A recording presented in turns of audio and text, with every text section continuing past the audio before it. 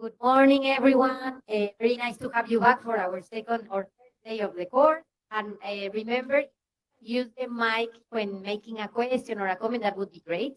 And that's it. Thank you. Okay, so everyone for the second day of the class. So today we're going to change topic. Yesterday we talked about designs where we have a binary treatment with a variation in treatment timing. Here we're going to consider that we don't have variation in treatment timing, but we don't have a variation. We don't have a binary treatment. In fact, we have variation in the dose of treatment received by treated individuals. So yes, of the paper we were discussing were published papers. Now I just want to highlight that some papers we're going to talk about, including a paper by Graham and Powell or a fuzzy DID paper with Xavier published, but the three papers on which this chapter are most referring to are unpublished. So thing to keep in mind. So it's the paper about continuous treatment by Clément and Coster, and two of our papers is Xavier. So what do we mean by heterogeneous adaptive designs? So to simplify, and yet again, I've not managed to fix this. So I'm going to assume that we have only two time periods, and it's going to simplify exposition. And so we are essentially considering treatments that are innovations in the sense that treatment does not exist at period 1, so nobody did that. And then the treatment is introduced between period 1 and 2 and adopted heterogeneously by units. Some of them get strongly treated, they receive a large dose of the treatment, and some of them get less treated, receive a weaker dose, and you could also have some groups that don't get treated at all, okay? And the two treatment dose could be a discrete variable that takes a small number of values, like, you could have some units that get one dose, others two, others three doses, but that's, or actually much more complicated than that, you could have that the treatment dose, the two is actually a continuously distributed variable, where you have as many different values of the dose as you have treated units. So all treated units could have a different period 2 dose.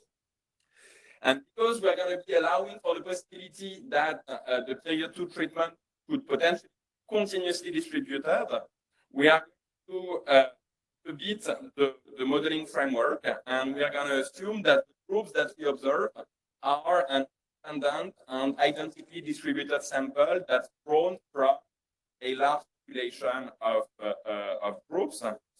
Why that we need to make this assumption? Because think about a potentially continuously distributed period treatment.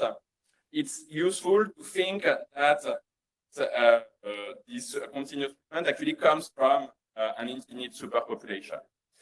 So we then replace our 5, but requiring that we have independent groups by that we actually have independent and identically distributed groups. And now, because we assume that groups are for any of whenever we're going to be actually able to up the G subscript, then we're going to be finding estimators. Okay. So now, and those notation we can use heterogeneous adoption designs formally. An heterogeneous adoption design is a design where D1 is equal to 0, nobody is at period 1. D2 is weakly positive. We have variable in the dose received at period 2, and conditional treated also have the dose. Okay, so that's just pull out the classical diffusive design where every treated unit receives the same dose of treatment at period 2. So within heterogeneous adoption design, some of our results will apply to a subset of heterogeneous adoption designs, namely those that are either tailored or quasi-tailored. So what by that? A design tailored going to be a design where at period 2, you have some units that remain untreated. Okay, and we call them stayers because they were untreated at period 1 and they stay untreated at period 2. Okay, so that's design with stayers. A bit more complicated, what do we mean by a design with quasi-stayers? A design with quasi-stayers is a design where even though nobody remains fully untreated at period 2, you have units whose period 2 treatment can be arbitrarily close to 0. Okay, so formally, the probability that D2 is equal to 0 is going to be equal to 0. The density of the 2 treatment as strictly positive at 0, so that for any strictly positive delta, potentially very small, the probability that you have with a dose strictly included 0 and potentially very small delta as to be strictly positive. Okay, and those groups with a dose local to 0 are going to be called quasi-stayers. Yes? So this language of adoption in an experimental context would distinguish between being assigned the treatment and then adopting the treatment. IPTs versus treatment on the tree. So here, when you're talking about adoption, are there people that are getting assigned the treatment that they don't adopt? So we are not going to make any stand on actually, and there could be so we just had some people adopt, and this adoption is going to be potentially endogenous in some ways, but potentially but we're going to still need to make some exogeneity assumption. But we don't assume that we have a random assignment and then only some of those randomly assigned. We are not going to model that. Okay, but there is an assumption that getting assigned something that you don't adopt has no effect.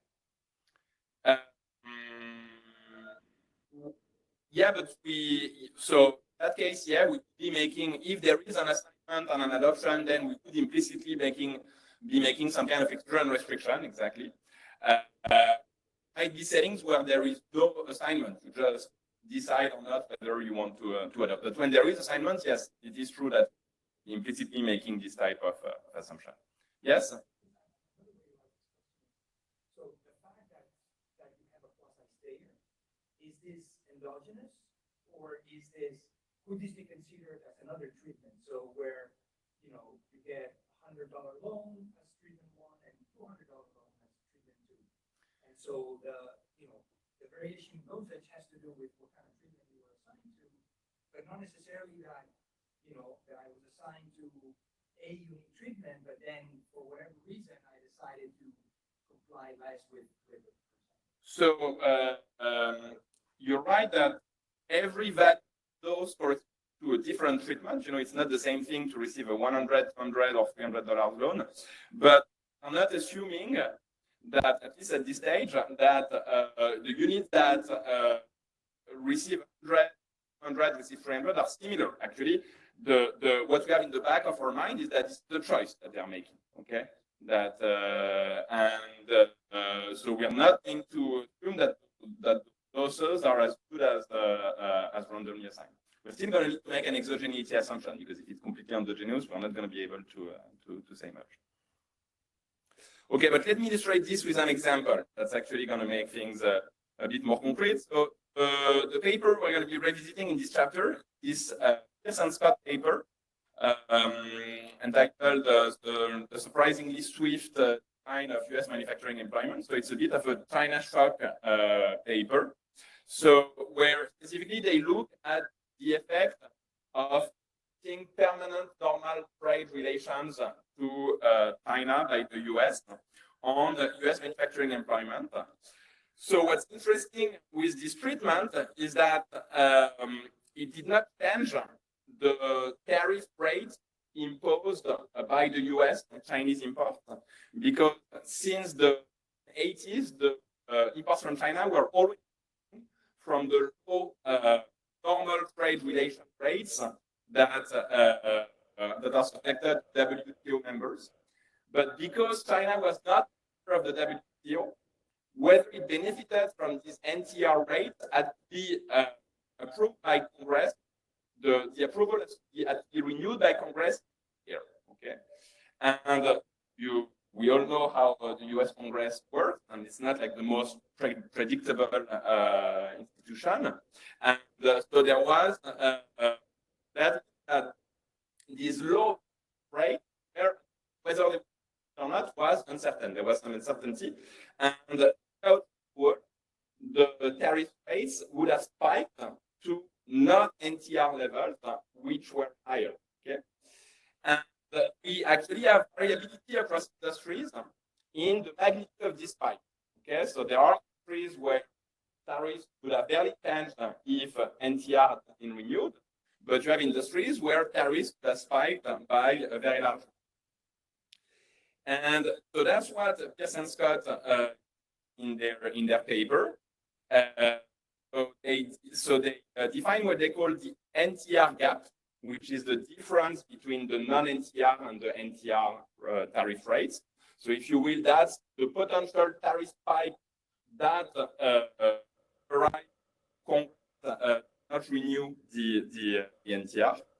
And then they define their treatment as the interaction of industry's NTR gap and an indicator for the FT being after 2001, which is the year I joined the WTO, and where move from NTR to NTR, permanent normal trade relations with China.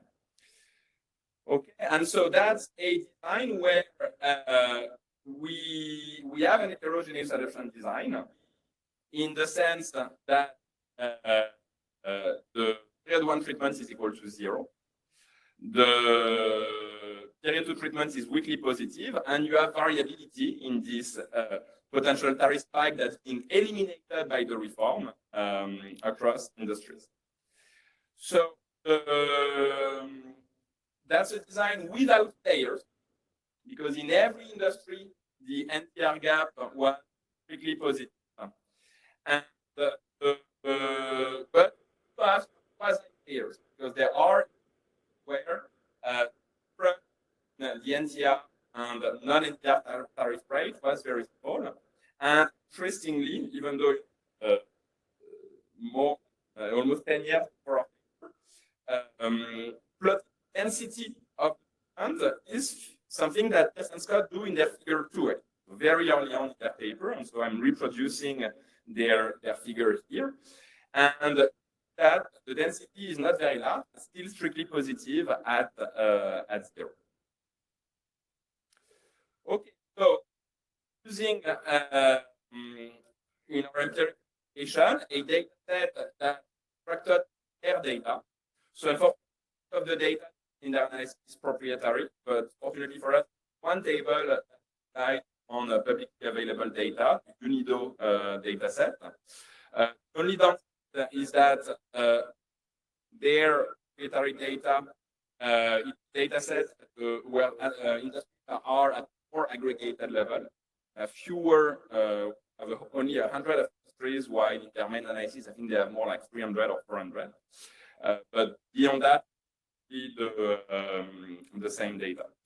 And so to make it simpler, so no, the original data set is the panel data, but yeah, actually transformed it into a panel data set. So you have one line per where structured put all the short and long difference variables that we're going to use in the replication as column variables into the data set. So we have Indus ID, which is an industry identifier.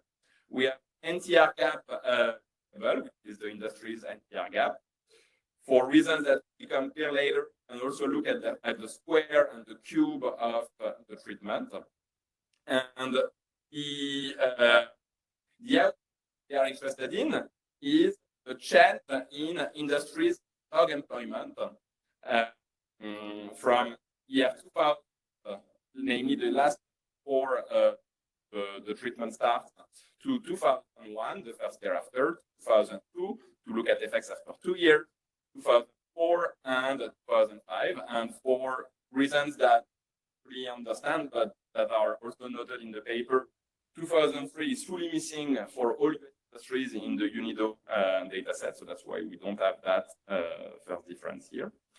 Then when we're going to be doing our pre-trends analysis, we're going to have differences going from 2000 to 1999, 2000 to 1998, and 2000 to 1997.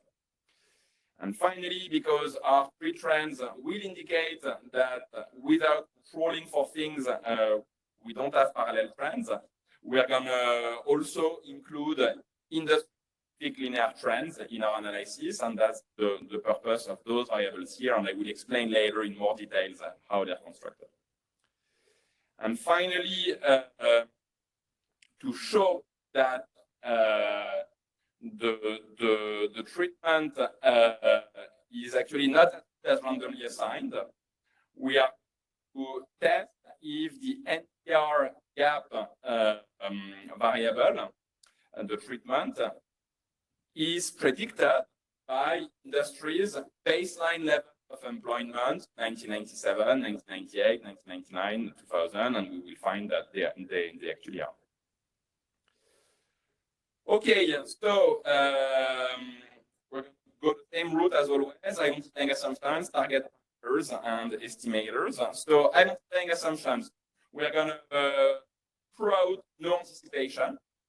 We are also going to pull out dynamic effects. Here, that's not of essence.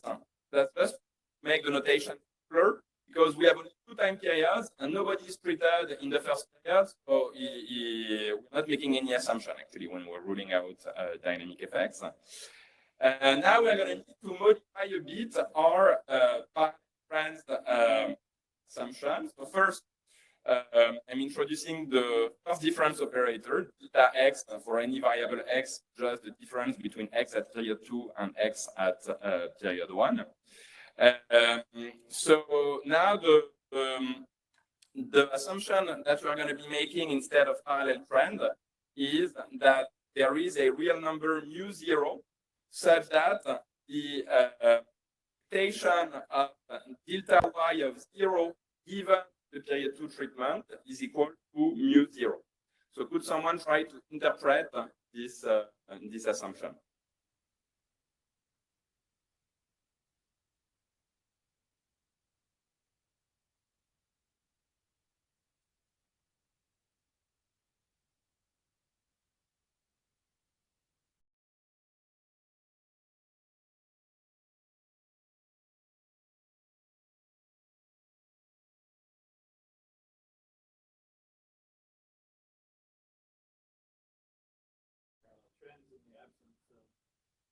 Yeah, exactly. It's a parallel trend assumption.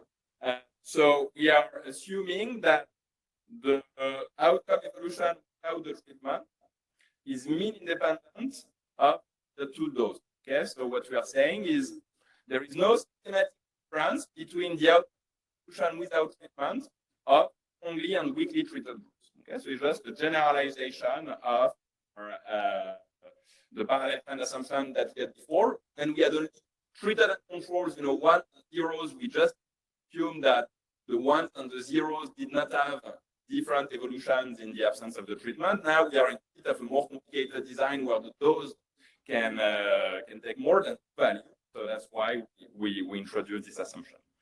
And when you said there's only 2 periods, I mean, the data, you had multiple periods before and multiple after, but there's no staggered timing. Yes, exactly. So what here, not even key, but of essence, that we need to do a bit more work to adapt everything I'm saying is there were variation in timing. Without variation in timing, everything that I'm saying extends readily to designs with multiple periods. It's just that now, say when you have 3 periods, treatment is adopted at period say 3. You can define now 2 first long differences, the difference from 1 to 2, but also the one from 1 to 3 to look at run effects. And then everything that described below apply those 2 answers equally. So.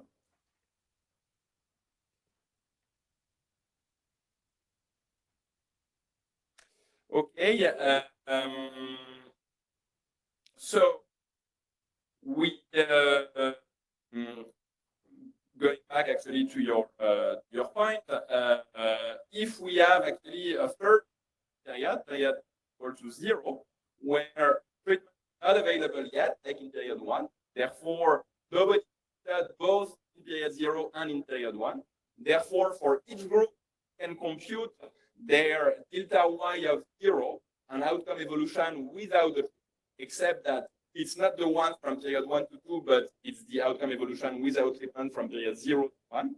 And then we can placebo test our trend assumption by regress the y1 minus y0 on T2, for instance. That would be a way of placebo testing or doing a pre-trend test of the parallel trend assumption. Okay, so now we have a non-binary treatment. We're going to need to bit of work redefine our target parameter. Okay, so because with a non-binary treatment, we no longer just have a y1 versus a y0. So we define by T2 this quantity here, which is the outcome of a group at period 2 with its period 2 treatment. That one is actually its observed outcome, minus the outcome it would have obtained without any treatment, and we divide that by the dose. Okay, so we are looking at the slope of potential outcome from a treatment of 0 to a group's actual treatment. Okay, and the slope guarantees that we have this by how much the outcome increases when we increase the treatment by 1 unit interpretation. Now, this slope is a slope at two particular values of the treatment. Okay, so at 0 and T2, the actual treatment. So for instance, that's a dose of 2 units of treatment at period 2. We are looking at the slope 0, but we could be interested in how that group would react to a change of dose from 0 to 3, for instance. Now, if the potential outcome function is non-linear, those slopes could be different. Okay. Now, the important issue that we're going to face in practice is that this slope is much easier to estimate than slopes at other treatment doses than the dose actually received by group, simply because to estimate this is observed, so we have only one unobserved counterfactual outcome that we need to reconstruct, while for a group that received a dose of 2 treatment units, their Y2 of 3 is also unobserved, and so we have a second counterfactual outcome that to recover.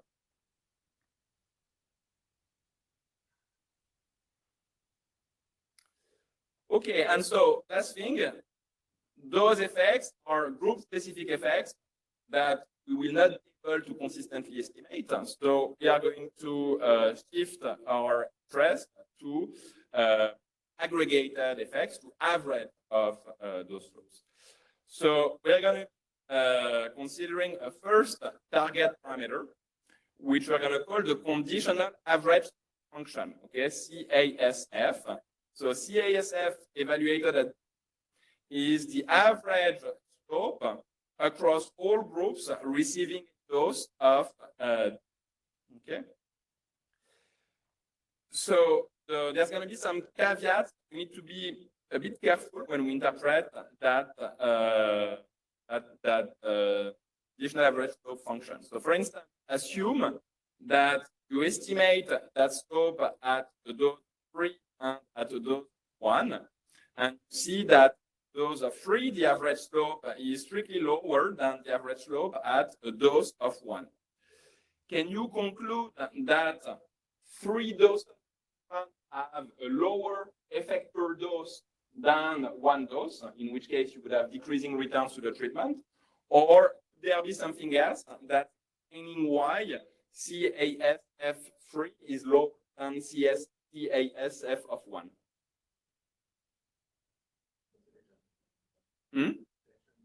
Yeah, exactly. Selection into treatment. Okay, so there are differences between those parameters.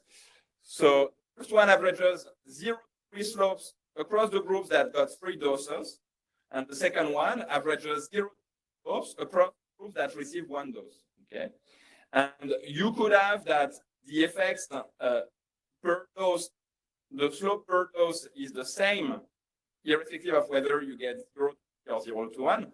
But the difference just comes from the fact that people selected into getting 3 doses have lower returns per dose than people selected into receiving 1 dose. Okay. So, can you find a supplementary assumption under we can conclude that the treatment has returns when we have that inequality between the conditional average slope function?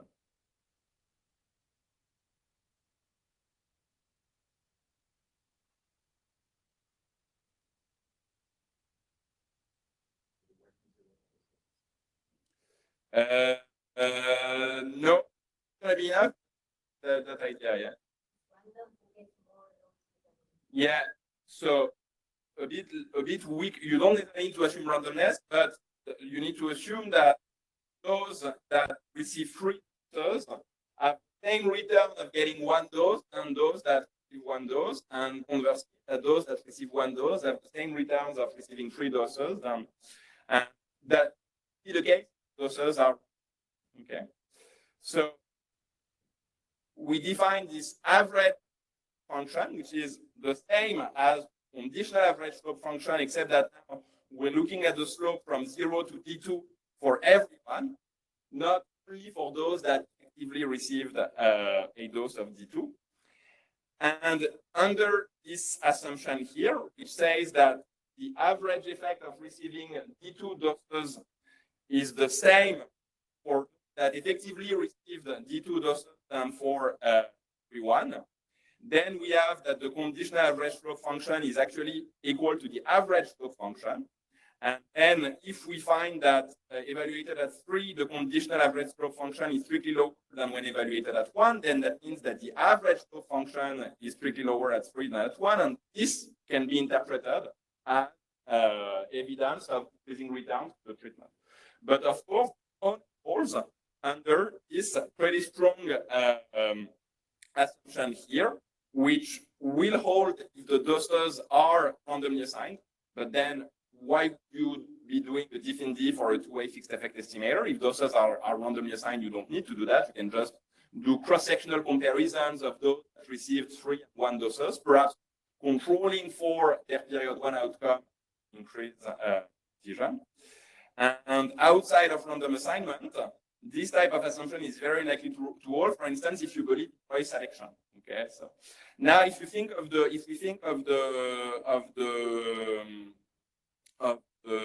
our example, there we don't have random of this NTR gap month. But actually, the difference between the NTR tariff rate and the non-NTR tariff rate, so the non-NTR tariff rate on all is were determined. I'm guessing in the 50s. I think it was under Eisenhower's administration. So there might be an argument that those could perhaps that industry. The high and the low NTR gap could have a similar effects. Okay, so we are going to consider 2 unconditional averages of slopes.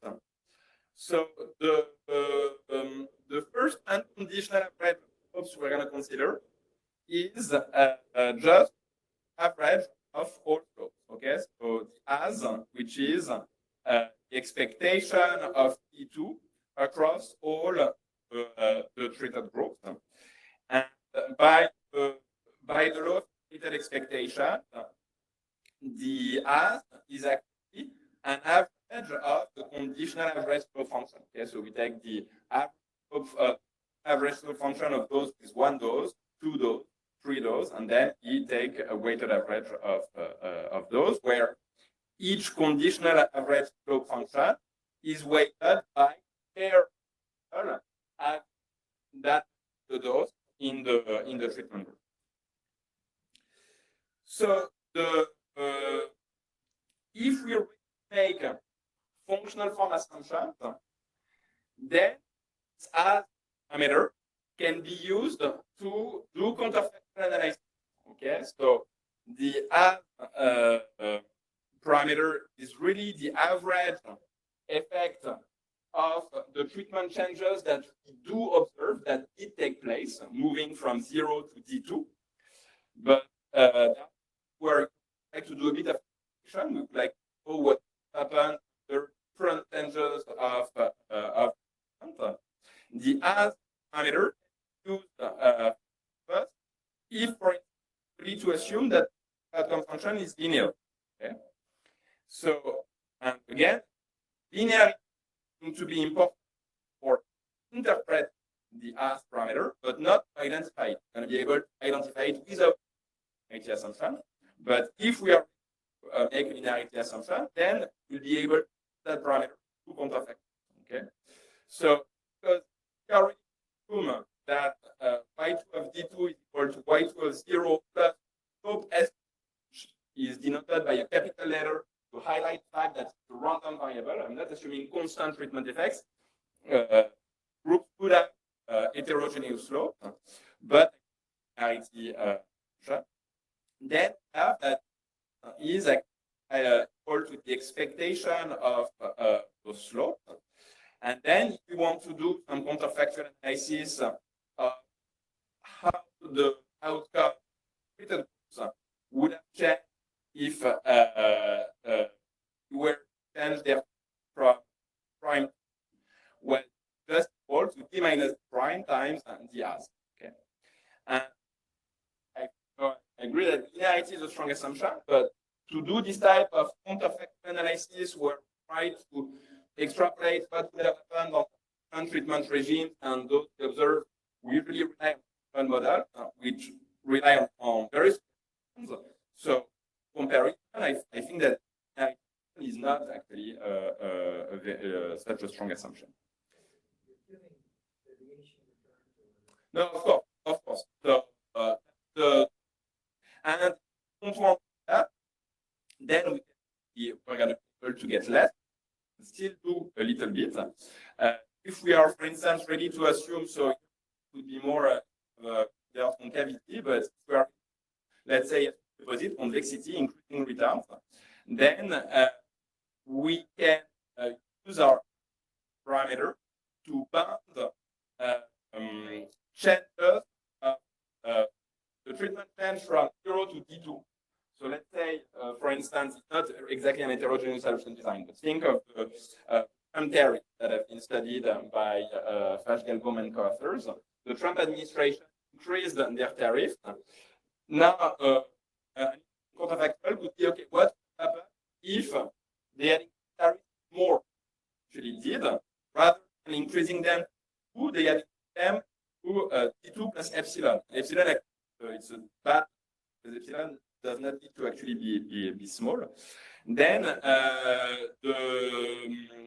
under the assumption that the potential output function is convex, we can derive power bound for what would have happened under a more change, and the lower bound equal to this epsilon multiplied by our as parameter. Okay, so that's a way to motivate the study of that parameter. Now we're going to consider a second unconditional average of system, which we're going to call the Y. So it's a weighted average of both, rather than just taking an unweighted average of the T2s. We're going to take a weighted average where we're going to upweight the slopes of the treated group that receive a dose larger than the average dose, E of 2, and we're going to downweight the slopes of groups that receive a dose lower than the average. Okay. So when trading off comparing the as and the was, so the as under some functional form assumptions can be used to do counterfactual analysis to extrapolate what would have happened under different treatment regimes. That's not something you're going to be able to do with the was. Now, on the other end, there are still two arguments to the was. The first argument is not an economic argument, it's a statistical, practical argument, which is that there's going to be instances where the as is going to be very difficult, okay?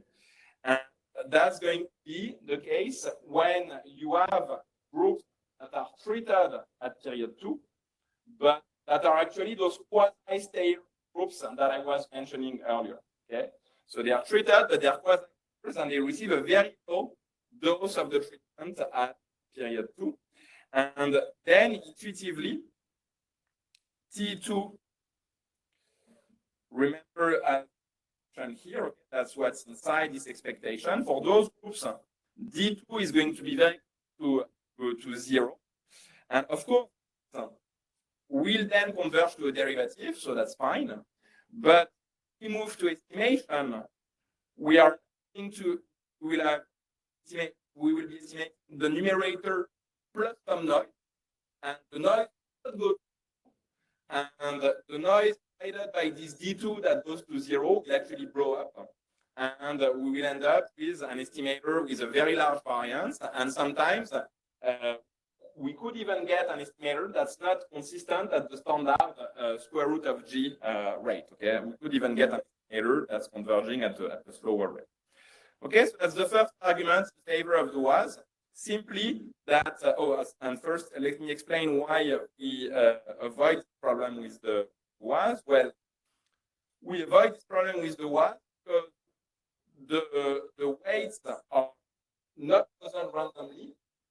The purpose of the weight is precisely to make sure that instead of a parameter being the expectation of a ratio, the parameter can actually becomes a ratio of expectations. Okay, so if you plug the definition of T2 in the was, you see that the denominator of the slope is going to cancel out the rate of the weight, and then this is just a constant which I can pull out expectation, and then I get a ratio of expectations rather than the expectation of a ratio. And now, even if I have a group that get a very low dose of the treatment at period 2, well, that's not an provided I have some other groups that get large dose, that this denominator is far from 0, but in most cases that will be the case. Okay, so that's the first argument. We're going to get precise error when we use the was than when we use the as. Now, the argument is that if all you care about is doing cost-benefit analysis of the policy that was conducted, which amounted to changing the treatment from 0 to D2, then all you need to know cost-benefit analysis under some assumptions is the was. So how do we think about here? We're going to assume that the outcome is for interpretation. You know, the outcome, for instance, be income, and then we assume that is cost and cost known, and the cost linear in the dose. Okay, so in D2 doses as C times 2 for some known C, and then you want to focus basis of the treatment D2 versus not doing anything. What we want to know is if the expectation of Y2 D2 minus C D2, which is benefit 2 minus cost 2, is greater than the expectation of Y0 minus 0 times T, which is the benefit of doing nothing minus the cost of doing nothing. And then rearrange, we get that all we need to know is whether the Y is greater than the cost of the treatment. Okay, so it's different two different sets of advantages and convenience of the two target parameters. So now the two parameters might actually be equal, and I'd like you to try to find a condition under which they are actually equal to each other, looking perhaps at the expression for the was.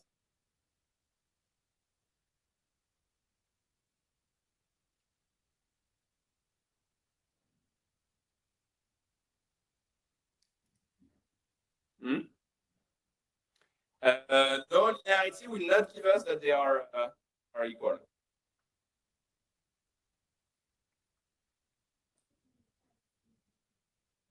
Yes, exactly. So if T2 is independent of T2, meaning that slopes of the weakly and strongly treated groups do not systematically differ, then we will have that the the two effects are equal. So that means that what, that it doesn't matter if I use the 5 or 1, the effect is the same? So yeah, see that as being both linearity, but also the slope for the high and for the low is the same. So it's a strong assumption. It's a bit saying that slopes are as only assigned. You know, it will be the case. It will be true if slopes are as good as randomly assigned, for instance.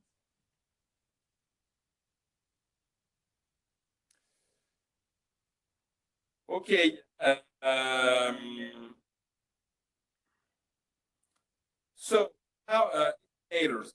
So what people do in those type of designs is to run two-way fixed effects regression. So let's start by studying what they do.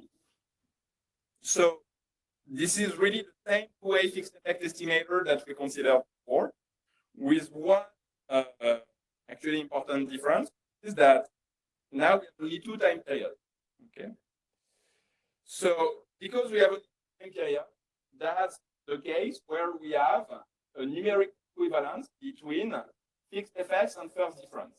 Okay, so that means that the coefficient of the difference that I get from a regression of YGT on a set of group fixed effects as an indicator for period 2 and the treatment, I can actually get numerically equivalent beta FE by regressing the change in outcome on, well, the fixed effects, of course, disappear. This just becomes an intercept in the regression. And this becomes the change in the treatment, G2 minus 1. But because I am in an heterogeneous adoption design where nobody is treated at period 1, then I am effectively just passing delta YG on G2. Okay. Yeah. No, it's not a dummy. It's the dose, exactly.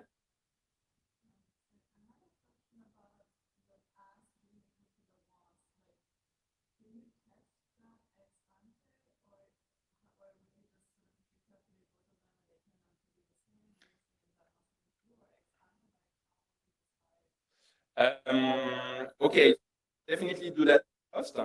Ex ante, you can't test exactly that ex ante. What you test is you, for instance, do balancing checks and find that indeed the dose as good as randomly assigned. Then that would support the fact that ex ante you could make the argument that it's going to be equal.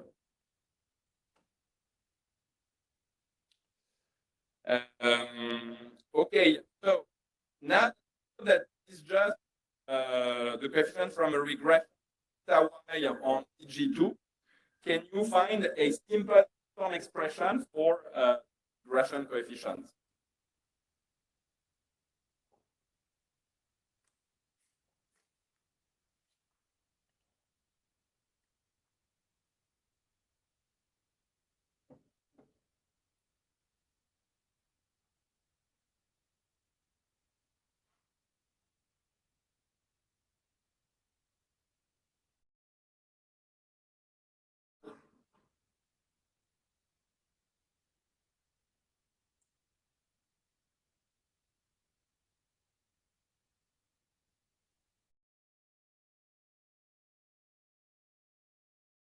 So now at a univariate OS regression.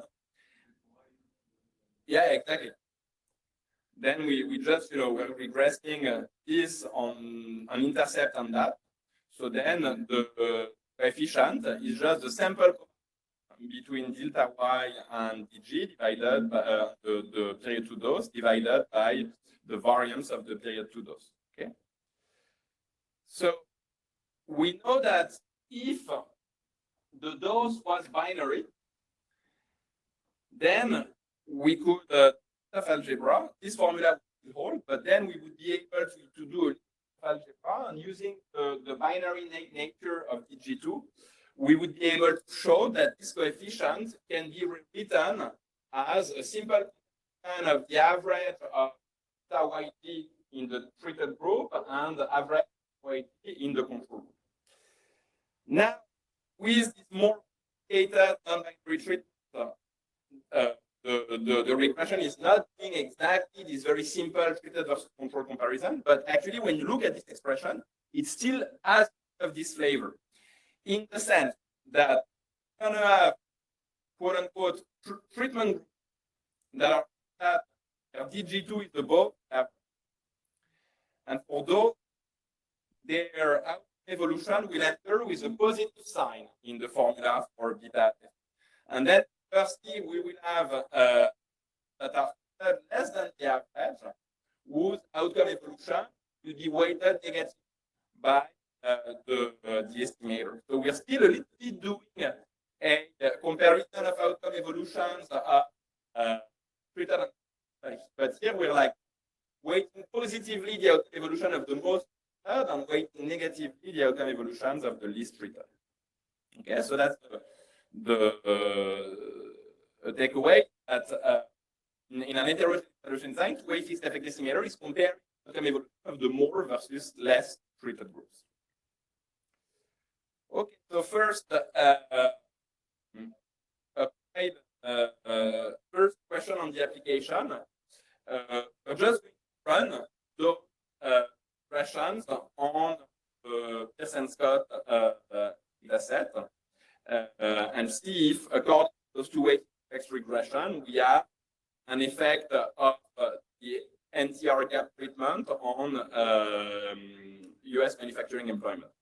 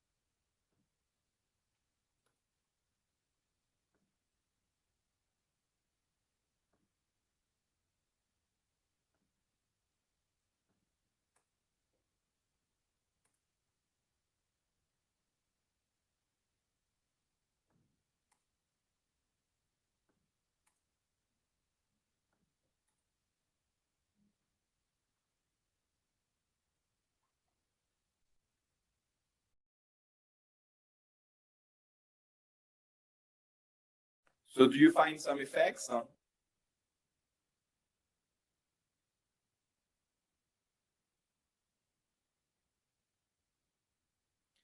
Immediately or only after some time?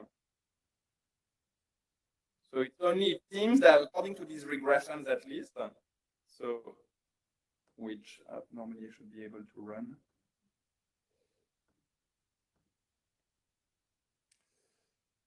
So when we run the regression with an outcome, the employment evolution from 2000 to 2001, we find the negative coefficient of the NTR gap treatment, but that's insignificant. Okay, and here, even though that's not a part of the course that we saw together, because G is large, not super large, we have 103 groups. We follow the recommendation that we give in this section, which is actually also given by Pence and Polesar, is to use HC2 standard errors with a degree of freedom adjustment. Now, look at longer run effects.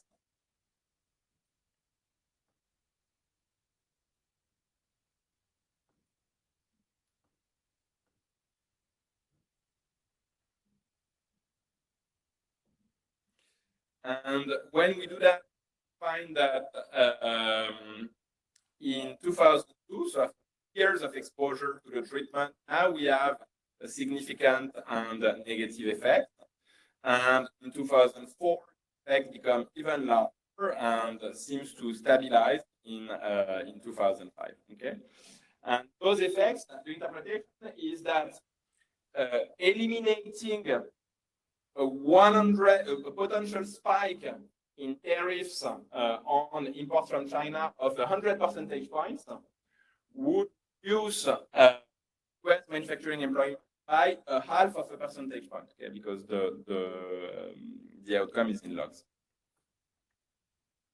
Yeah? Yeah, because I give you the solutions before the class, but I will I will share it with you after.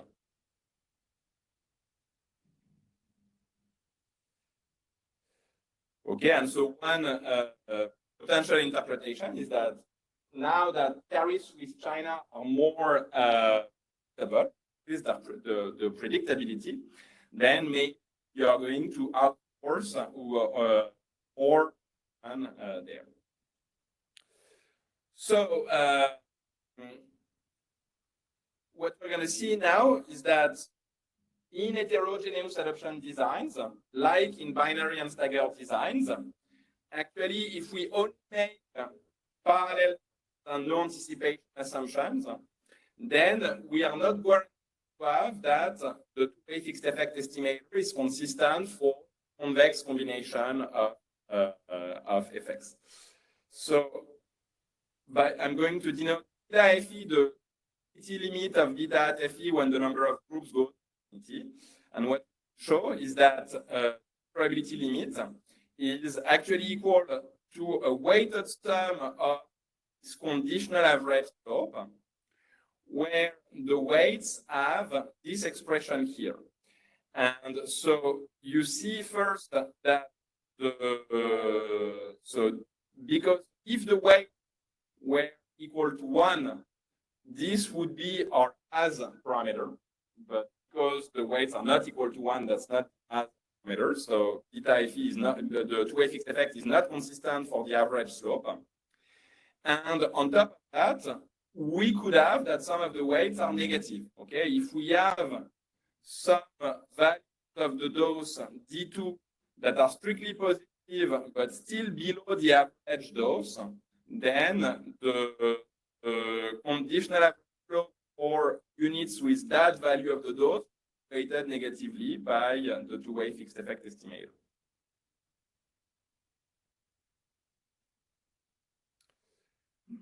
Okay, so intuitively, why is it that beta estimates a non-convex combination of effects?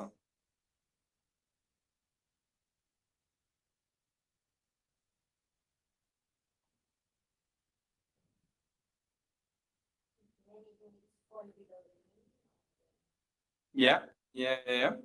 So think of what did we, how did we characterize our two-way effect estimate? We said which type of comparisons were taking. Yeah, exactly. It's comparing the outcome evolution of the more treated to the less treated. So what's going to happen to the treatment effect of the less treated? Indeed, they're going to be weighted negatively. That's exactly the intuition. Okay. And so to give a bit more intuition, we can consider again a medical example where we have two people who feel sick and they go see their doctor. Doctor decides to treat more one patient by giving them 2 doses of ibuprofen, because you need to go see your doctor at ibuprofen. And then there is one patient that's going to get less blood, that's going to receive 1 dose. Okay?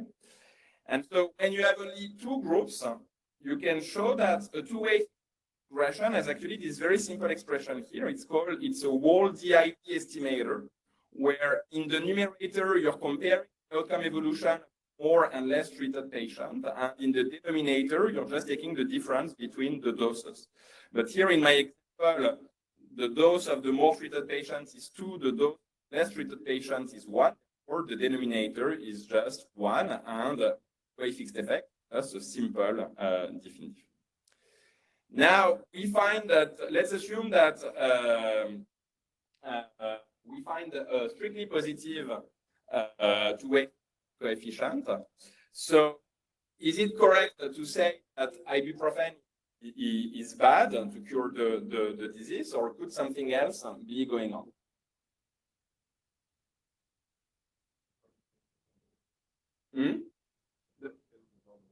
The first field of the work, so you have non-linearity, but then if that would actually find that beta FE is equal to 0, which would already be surprising. But yeah, I'm considering something even more extreme, where actually beta is positive.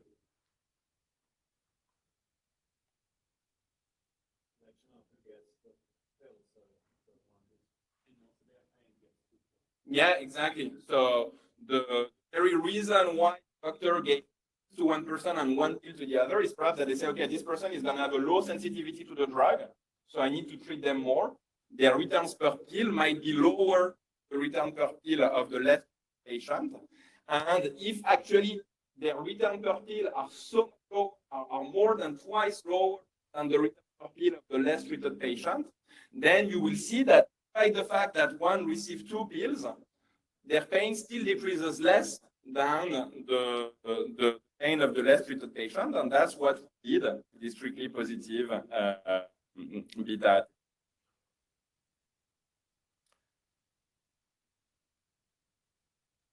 Okay, and just to draw a comparison, yes? This approach, this way to calculate the effect seems problematic when the effect is very constant, no? Like if I increase a lot the doses and we don't expect a lot of response, then we're going to underestimate a lot. So it's going to be problematic when there is some correlation between the effects and the dose received by the units. It's not so much related to the.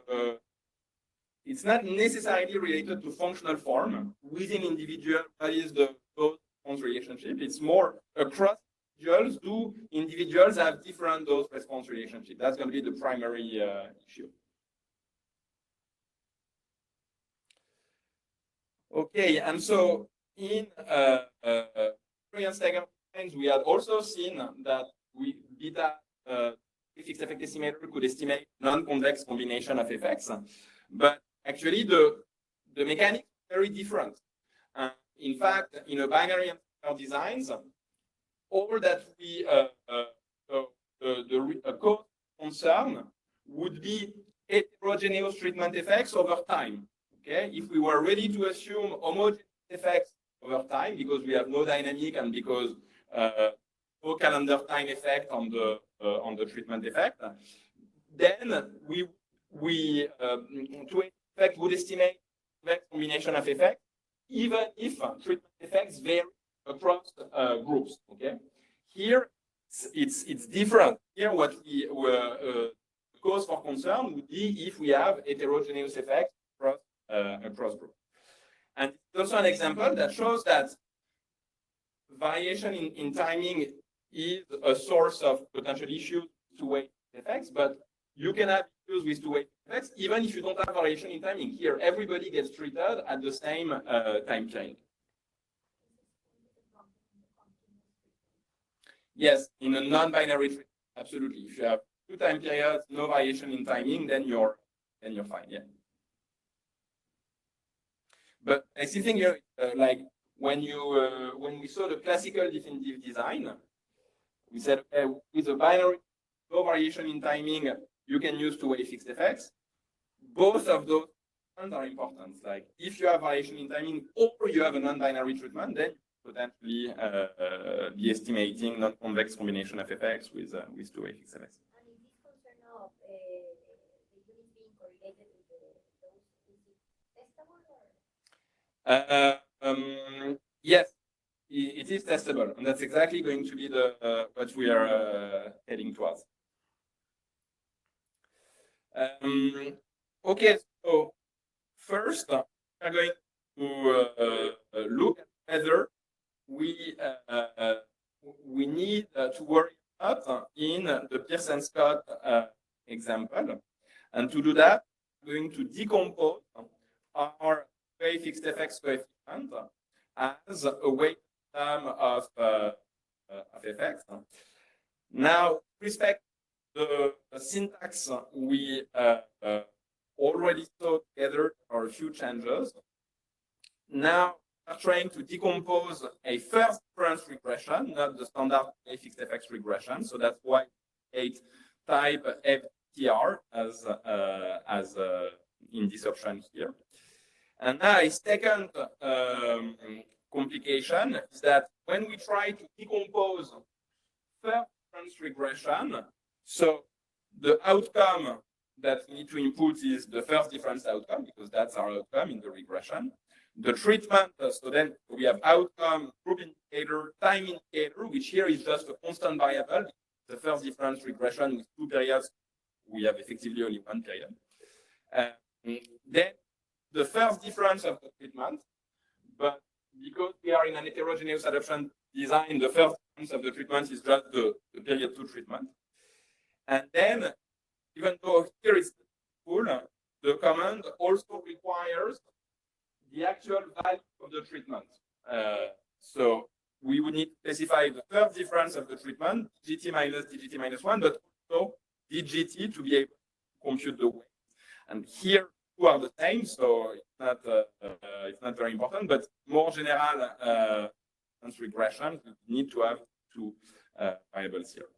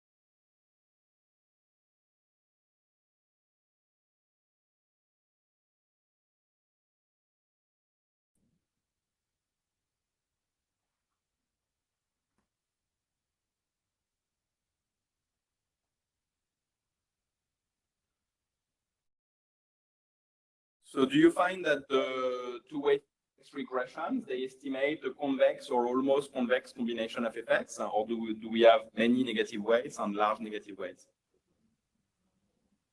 So yes, so now we actually do, so as always, it's hard to draw a line, but arguably now the negative weights are much larger than, for instance, in the Wolf's yesterday, because so we are estimating a weighted sum of the effects of the NTR gap treatment in the 103 industries. Effects get weighted positively in 62 industries and weighted negatively in 41 industries. And now the negative weights sum to minus 0.30. Okay, well, yesterday we had negative weights summing to at most 3%. Now it's 10 times that.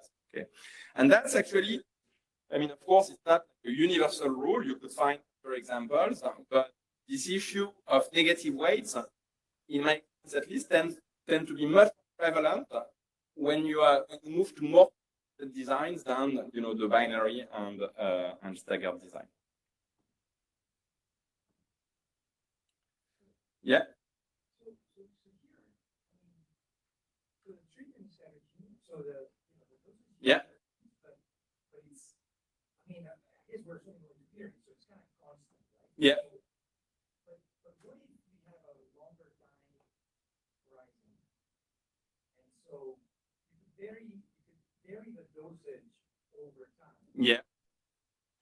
And now the question is, the interesting question is, okay, well, we have limited budget, so do you want to give full dosage to a smaller set of people, say, or would you want to give more, like more people but lower dosage? And so, there's an interesting optimization problem that you might, as a policymaker, you might want to do. Yeah. That you have, a certain budget every year, but how do you want to allocate these budgets? Yeah. But now, of course, that would mean that, these dosage is going to change for a given guy. Yeah. Time. Yeah. And that's also something that we actually look at. So that would require tracing out the average dose function, which is something to definitely do in an RCT. Like you would random assign doses at period 1, doses at period 2, etc., etc.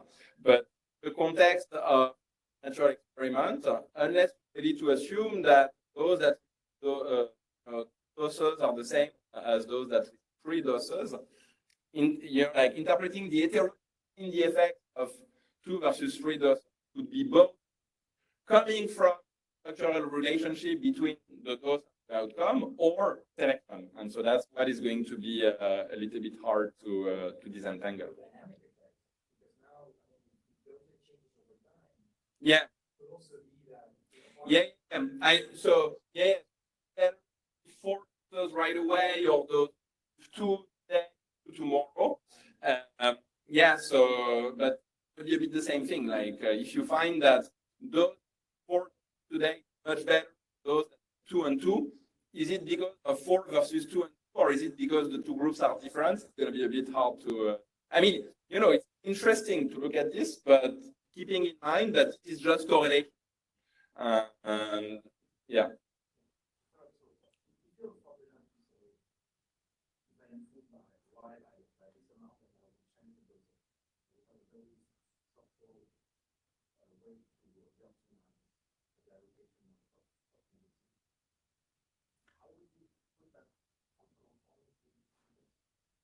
So in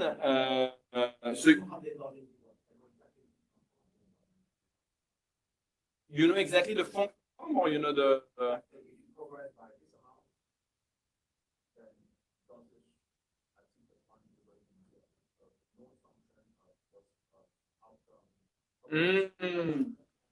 I see.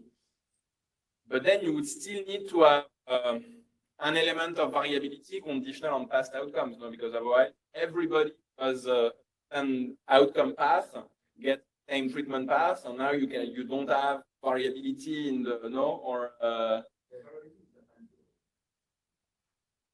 So thinking of where the assignment is endogenous, but with a known functional form that depends on the. So that reminds me a lot of what's called in the medical literature randomized control trials and sequential exogeneity, where assignment at each period is still random, but conditional on your previous outcomes. But there in an element of optimization, even conditional on your, because otherwise you have,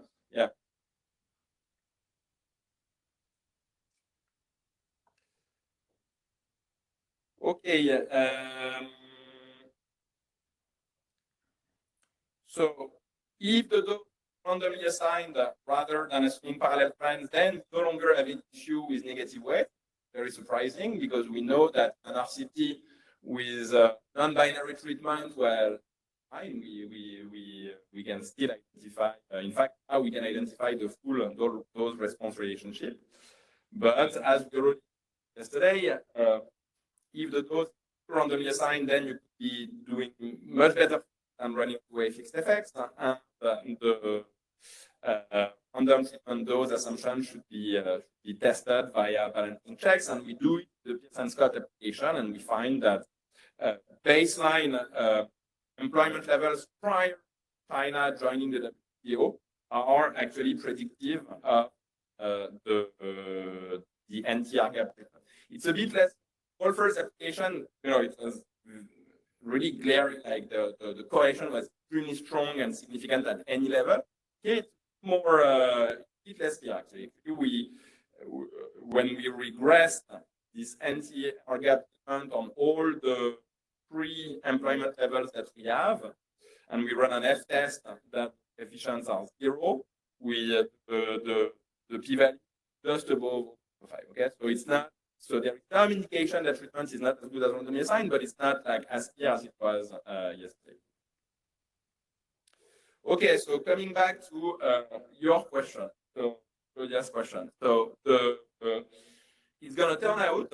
So first, let me start by saying that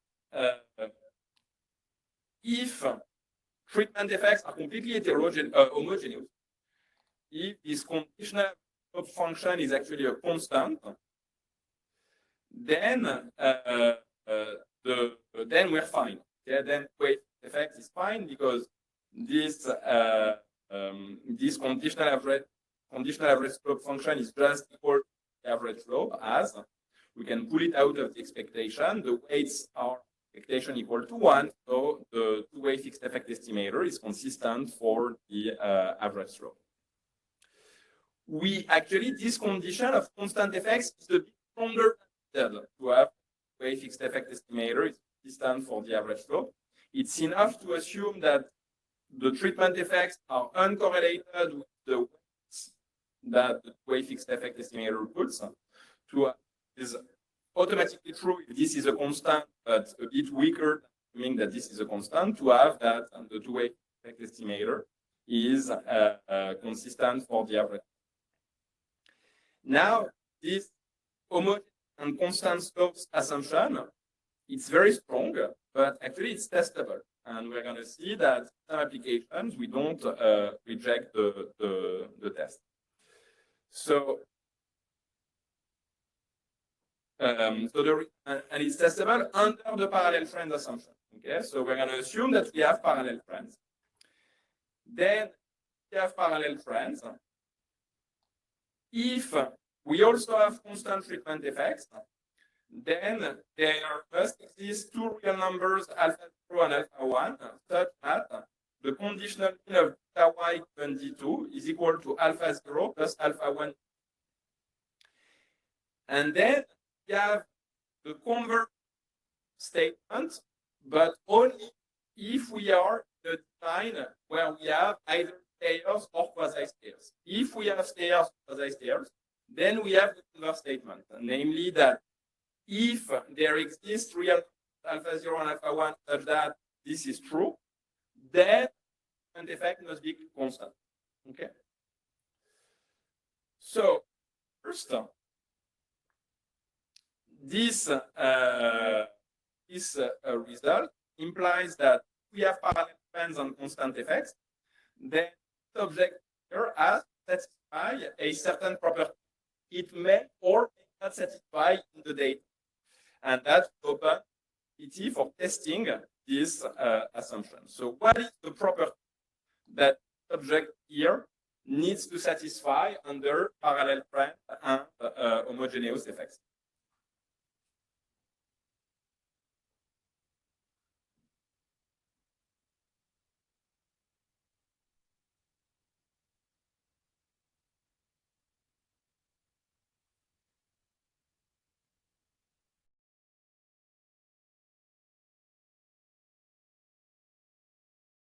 So maybe to help you think about it, can you think of another for this conditional expectation such that restriction here would be violated?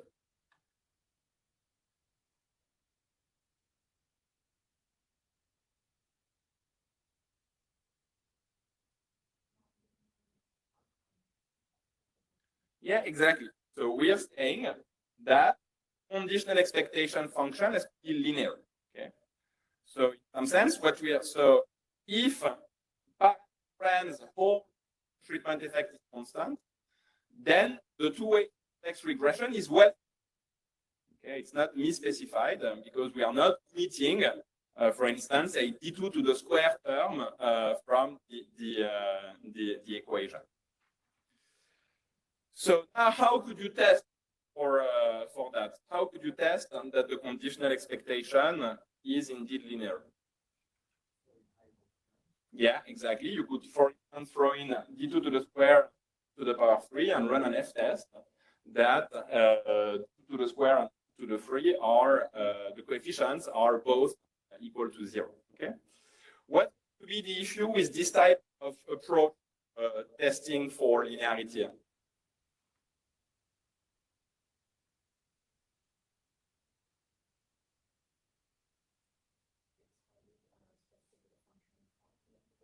Yeah, exactly. So if conditional expectation function is not linear, but it's like a sine function rather than type of polynomial, maybe we will fail to reject the null of linearity, while in reality the function is nonlinear. Okay, so it's not that's going to give us a test that's consistent against all. Maybe if the true model polynomial order 3, then test will detect it and will tell us, okay, your expectation function is nonlinear. But if the functional form is a different one, the test will not be consistent. Okay. So yes, go ahead.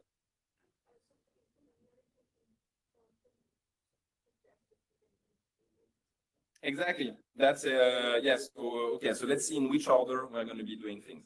So. Okay, so perhaps let's, before we do we show the test. So we're going to have a test, okay? And for now, we'll go back to the test after, but we'll have a linearity test. Let's talk about how we can interpret the results of the test. So let's assume that we're going to reject null. We reject the null parity that E of delta y given d2 is alpha 0 plus alpha 1 d2. Can we reject the assumption that treatment effect is homogeneous? And then can we say that the two-way effect estimator is not consistent for the average?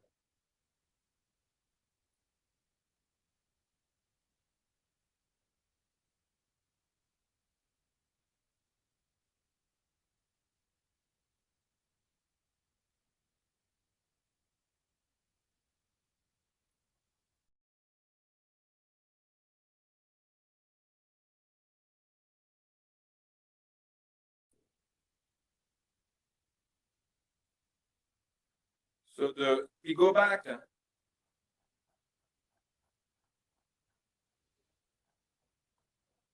If we go back to this result, it says if the treatment effect is constant, then we have linearity.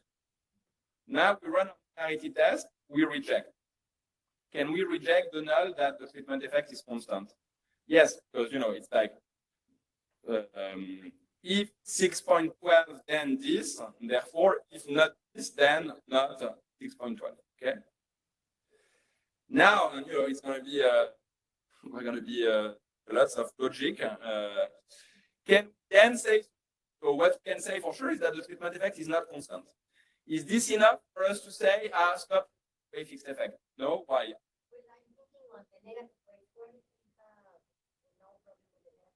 Yeah, exactly. So we have non-constant treatment effects, but and negative weights maybe, but weights that are unrelated is the treatment effect.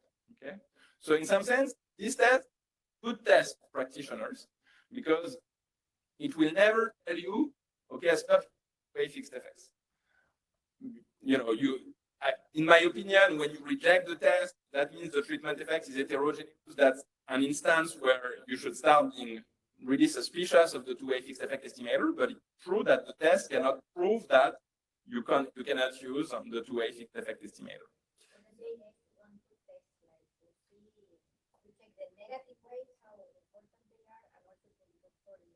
Yeah, exactly. Yeah, exactly.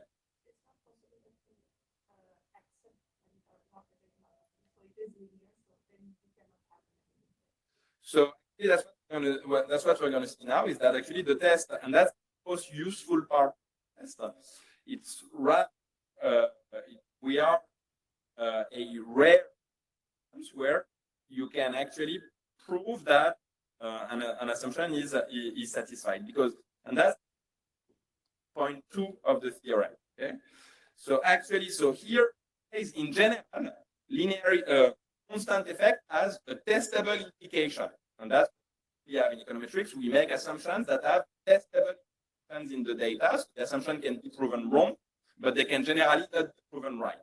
Actually, here we have more than that. We have an if and only in. When we have stairs or quasi-stairs, we actually have an if and only if relationship between linearity and constant treatment effects. So that means that you are in the design with stairs or quasi-stairs, and you do not reject the test, leaving aside the very important issue of the power of the test, assuming that, we are asymptotic, and when we don't reject, we know for sure that the null is true, then that is actually the two-way fixed effect estimator.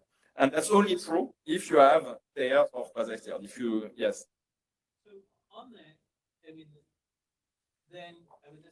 I guess, gets to interpolation versus extrapolation as well. But then does this suggest you want to just redefine things so that you always have stairs? So, take Xavi's example of loans. Yeah. If loans are between $100 and $1,000, then you just redefine $100 as zero. Yeah. Then you're always saying, what's the impact for people of getting more than 100? More than 100? Yes, except that now, by doing that, you change your parallel trend assumption as a parallel trend assumption on y of 100 rather than y of 0. And this you cannot placebo test by a pre-trans. Pre-trans test will tell you whether without any treatment we are following the same evolution, but not if with 100 treatment of 100 they were following they were on the same trend. Okay, so that would be the caveat to doing that.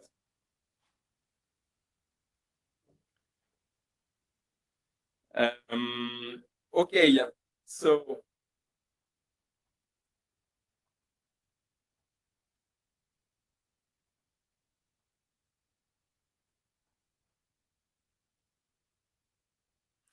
yeah, now if we not take the null, then we can actually say that f is consistent for the average flow if we are in a design with stairs, and that's because in that we have an if and only if relationship between the linearity and the constant effect assumption.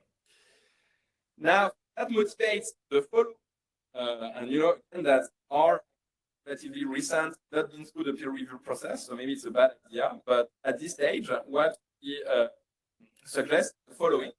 If you have heterogeneous adoption design with some stairs and quasi-stairs, you should start by running a pre-trans test of assumption 11, because the test I was presenting is only works only under the parallel trend assumption. But if you do not have trend, then you run the linearity test. And if you feel it's hard, and maybe that we need to do more on try to give ways so practitioners can assess the power of the test. But if you don't reject and you feel that linearity test has no reason to be underpowered for application, then there is really nothing to the fact that you use another estimator and two-way fixed effect.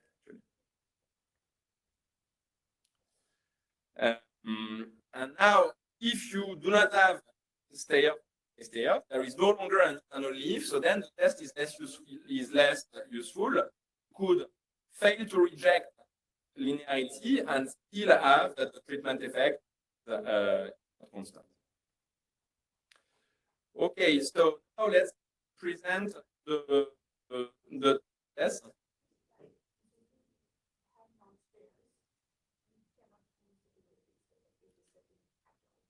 So you do not have layers or quasi layers, then the test is less informative. Yeah, but I mean you might when you cannot a fixed effect, and that yes, you will never have a way to really validate that estimator. Yeah, in terms of robustness to heterogeneous effects. Yeah.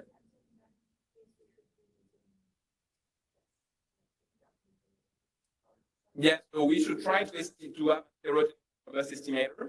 The downside of that without layers, it's going to be actually really difficult to propose a heterogeneity robust estimator. So that's going to be one of the take of chapter is that that's actually true in heterogeneous adaptive designs, but it's true actually in any design that if you want panel data really are rough, and you have stayers, and you have units whose treatment is not changing, and then if everybody's treatment is changing all the time, in that second case, you will have to resort to parametric estimators like two-way fixed effects or other types whose identifying assumptions are not very easy to test.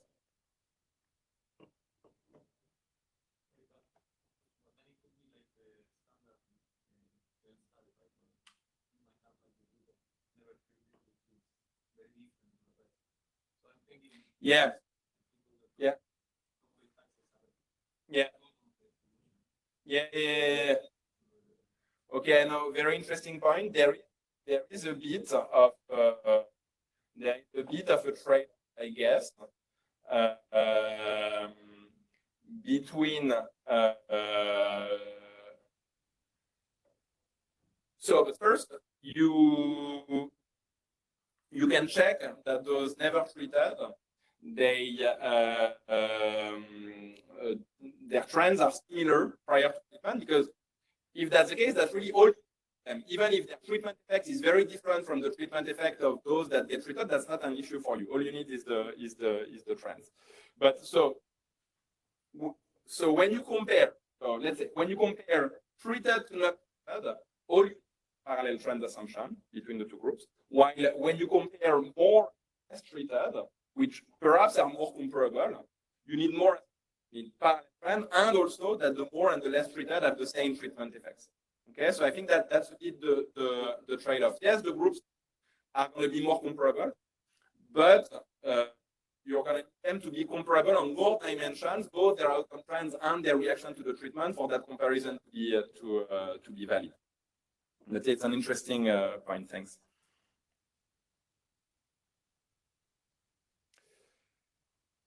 Okay. So how do we implement the test in practice? So let's review the case where it takes a small number of values. Okay. So when D2 takes a number of values, doing the test is going to be very easy, with one caveat that D2 needs to take a value.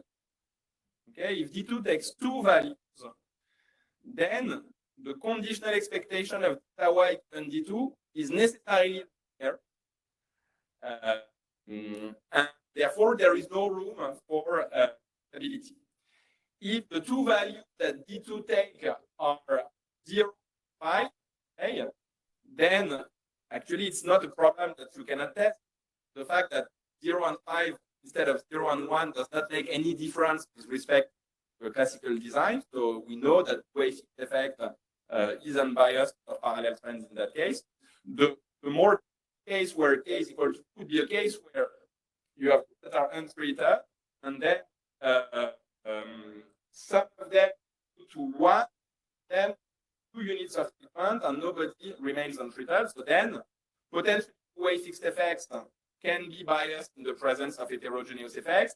And because you have only 2 values of the dose, you have no room for, because the expectation function is necessarily going to be linear. Now, when those takes strictly more than 2 values, the test.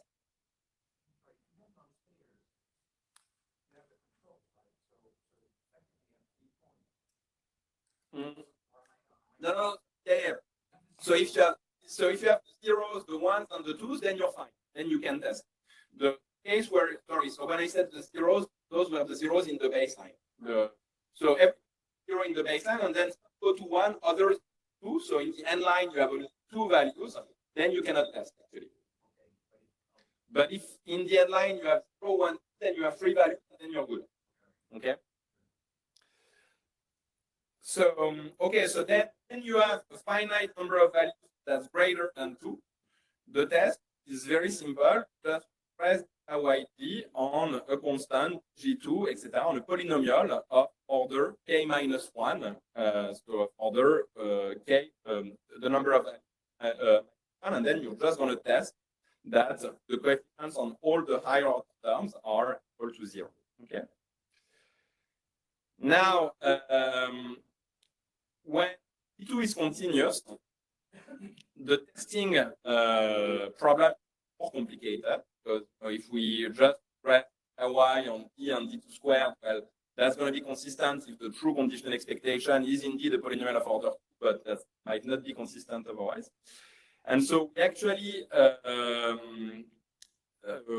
build upon an old paper by Yat 1997, who proposes a fully non-parametric test of linearity that also does not require that the user does tuning parameters like bandwidth or which we don't really know how to use.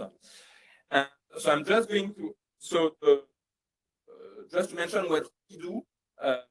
Yat test homoscedasticity, and we just extend the Yat test to allow for heteroscedasticity. But I'm just going to give you briefly the tuition of the Yat test because it's actually quite nice. So to understand the intuition of the test, I think it's useful to start by a standard parametric test of linearity.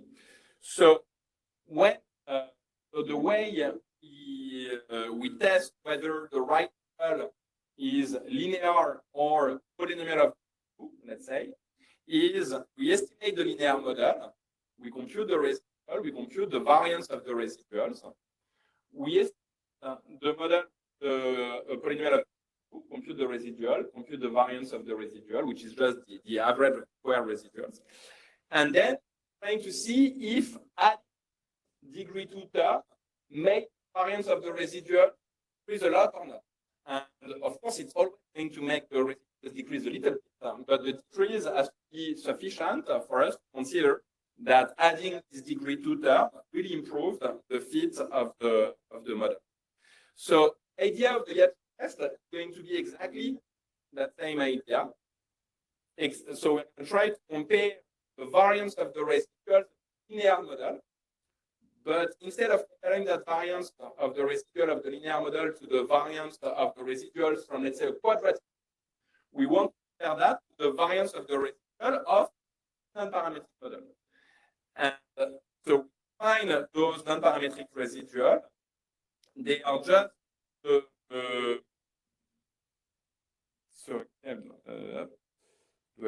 yes. So the non-parametric residual epsilon is the difference between delta y and the conditional expectation of delta y given d2, which I'm noting by an m of. So estimate this. We could, go like regression route, estimate this conditional expectation function via kernel regression, a kernel non-parametric regression, but that route that we don't want to take, this requires choosing a lot of tuning parameters like bandwidth, etc. Actually, perhaps thanks to the work of people like Matthias Cattaneo and co-authors, now perhaps have data-driven ways of choosing those bandwidths, but until recently we did not. And so, idea of that route to estimate this non-parametric residual is different. We are going to sort the data according to D2. So we're gonna first have the unit receiving the lowest dose, and then the unit receiving the second lowest dose, etc. And we're going to denote the order indexation by parenthesis G.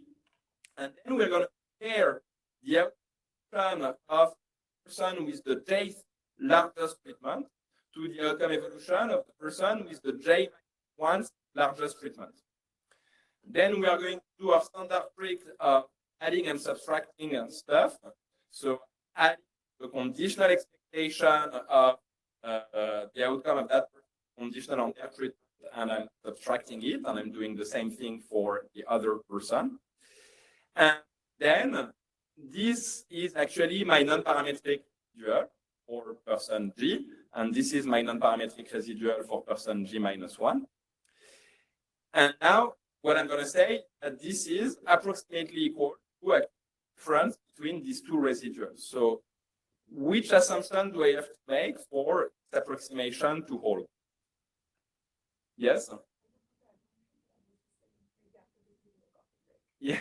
Oh, yeah, sorry, because we've been way out of time. We should have done the coffee break before, actually, to gain some...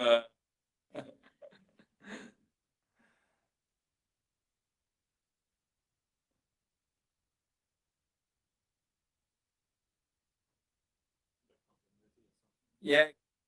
So if the M function is continuous in the treatment, which is not like a very strong assumption to make, then when the sample gets large enough, here, we're looking at people who are ranked according to their D2.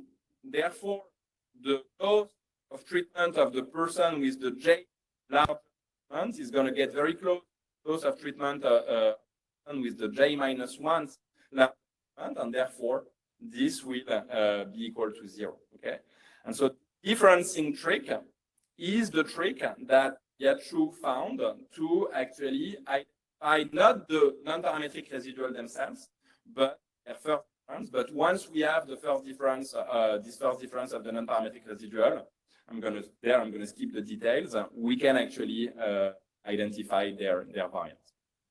Okay, coffee break. Now I think we.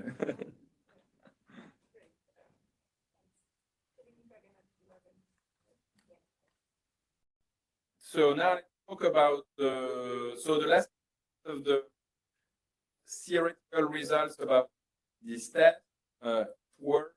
The only thing I want to highlight is that, of course, there is a price to pay with having like a fully non-parametric test without tuning parameter, which is that the power of the test may not be very high. Okay, and therefore, why even though it's not so nice. That's conditional on not rejecting the test and then moving on to two-way effect. You will not have this pre-test problem where you do a test and then use an estimator and that testing distorts difference on the actual estimator. We showed that actually the problem is not going to be present is this Yachu test. The two is more the power test. And that's why what we will do in the Pearson Scott application, we will not reject the Yachu test to make sure that not because the test are powered, we will also parameter test where we grade delta y on d squared to power 3, and it's a bit there is not like a well-principled econometric theory to do that. Safe to check we don't fail to reject this because of low power. So this test entered both data and in R. And the syntax is simple. You have to test your outcome, which in the context we are looking at is actually a delta y, a first or long difference outcome, the treatment, and then the option elasticity robust to make sure that you use R modification of test rather than the original test of Yachu to allow for heteroscedasticity. Okay, so let's apply all this to the Pearson Scott application. So first, you can start by running heteroscedasticity robust Yachu test to assess whether the conditional expectation of that one, so the outcome evolution from 2001, is linear in NTR gap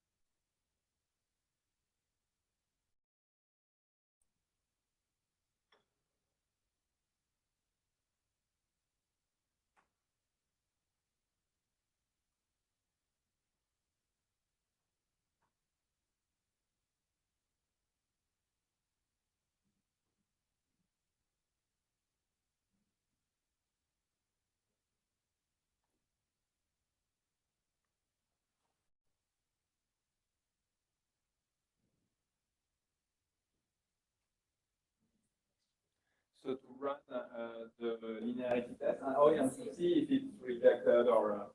So do you find that the null of linearity is rejected? No, it's not rejected. And actually, we can do that for the outcome evolution from 2000 to 2001, from 2000 to 2002, 2004 to 2000 to 2004, etc.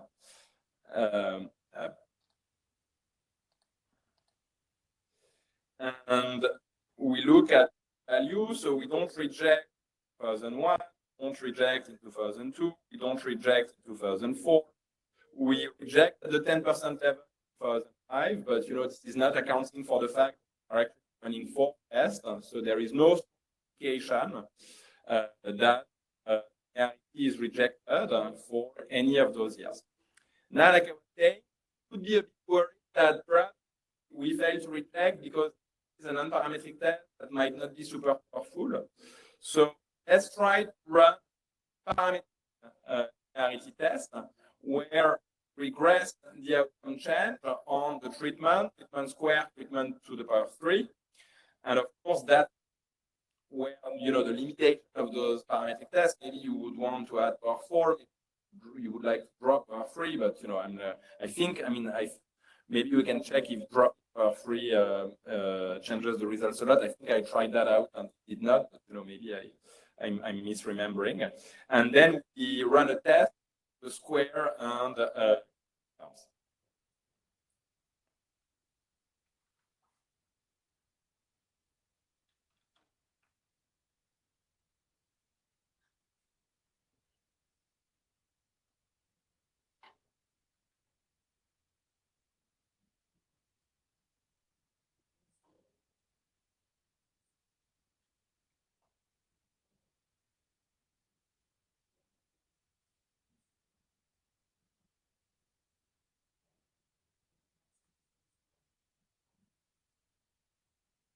yes.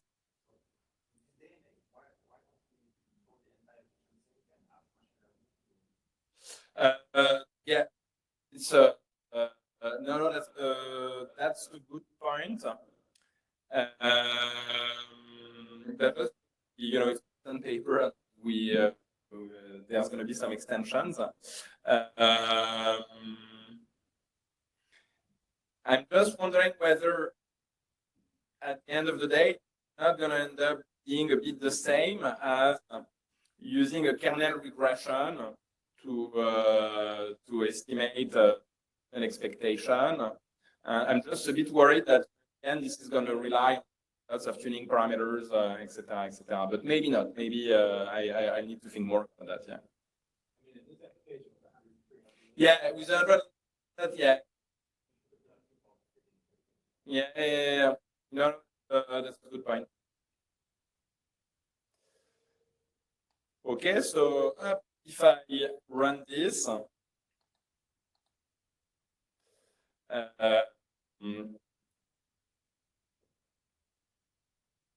So 2001, that's the one where we're close to rejecting. But then in other years, we are relatively far from rejecting. So there is no strong indication of a nonlinear conditional expectation function. And but then the issue is that the validity of the test relies on the parallel trend assumption. So here we are doing things a bit in reverse. With like in a typical application, the first thing you do would be to test parallel trends.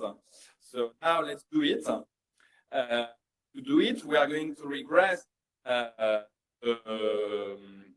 pre-trend, the employment evolution from 1999 to 2000 on the treatment, and then we do it for 1998 to 2000 employment evolution, and 1997 to 2000 employment evolution.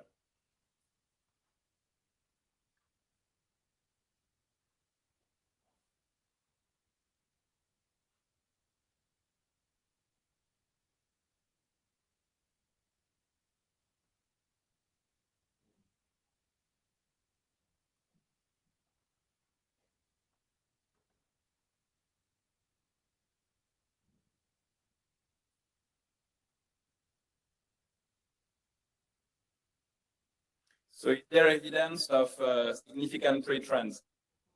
Yeah, there is clearly some evidence of significant pre-trends. For instance, that coefficient is positive and significant, and that one is actually larger and significant, and that one even a little bit larger and also significant. Okay, so there are clear differential pre-trends. So and that's something very interesting. Like Pierce and Scott, exact same pre-trend regression as we do, but in their larger sample of industries, which is more disaggregated than our data.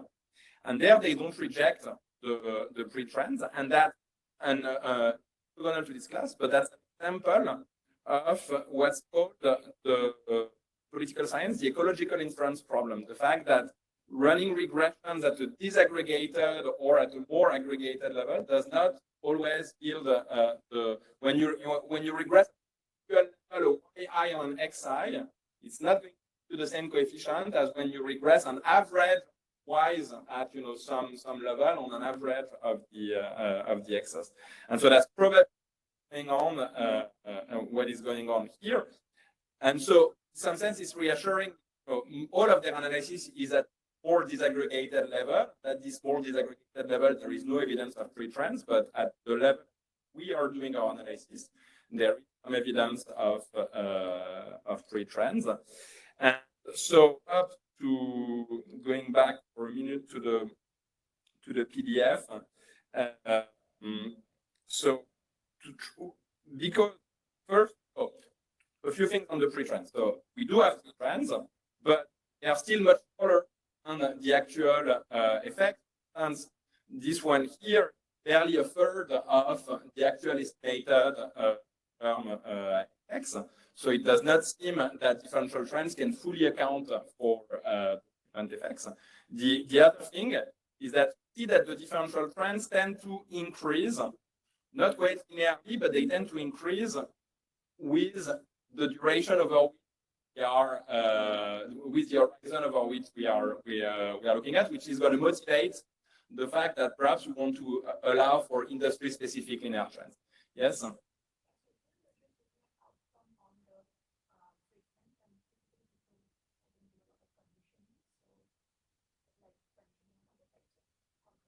Yes. Yeah.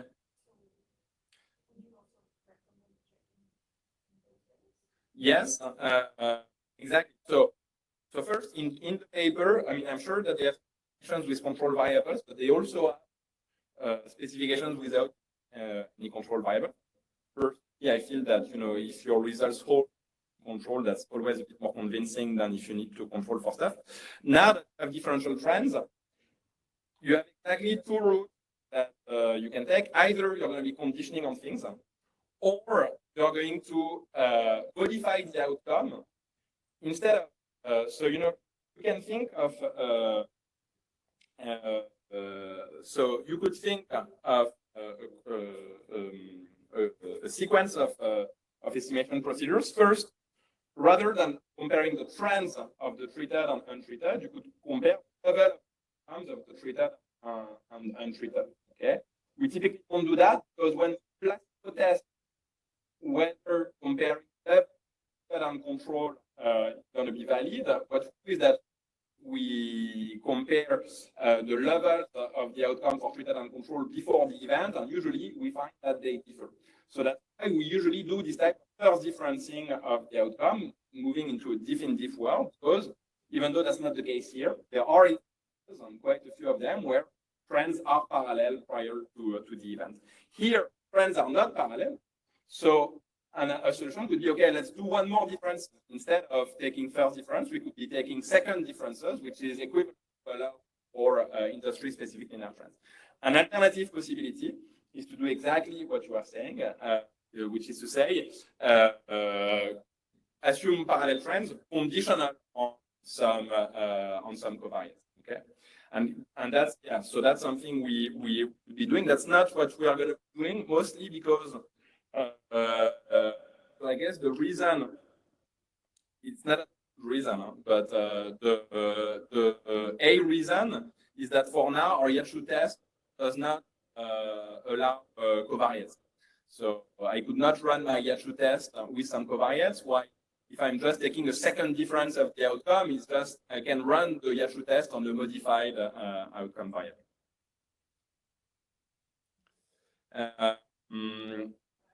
Yes.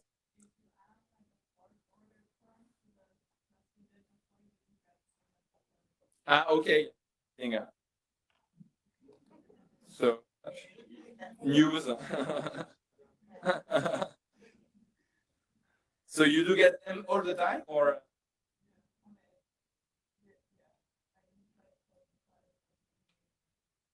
Okay. Yes. So.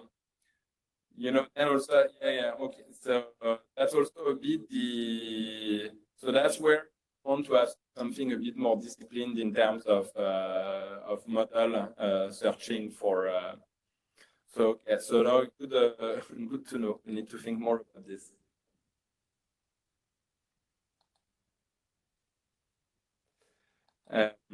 Okay, so. So how account for industry-specific linear trends when instead of our parallel trends assumption, we are to assume that we have deviations from linear trends. Okay, so that's the identifying assumption when you allow for linear trends. So specifically, we are going to look at for industry, we're going to look at their 1999 to 2000 employment evolution. And that is going to unbiasedly estimate the industry-specific linear trend without treatment.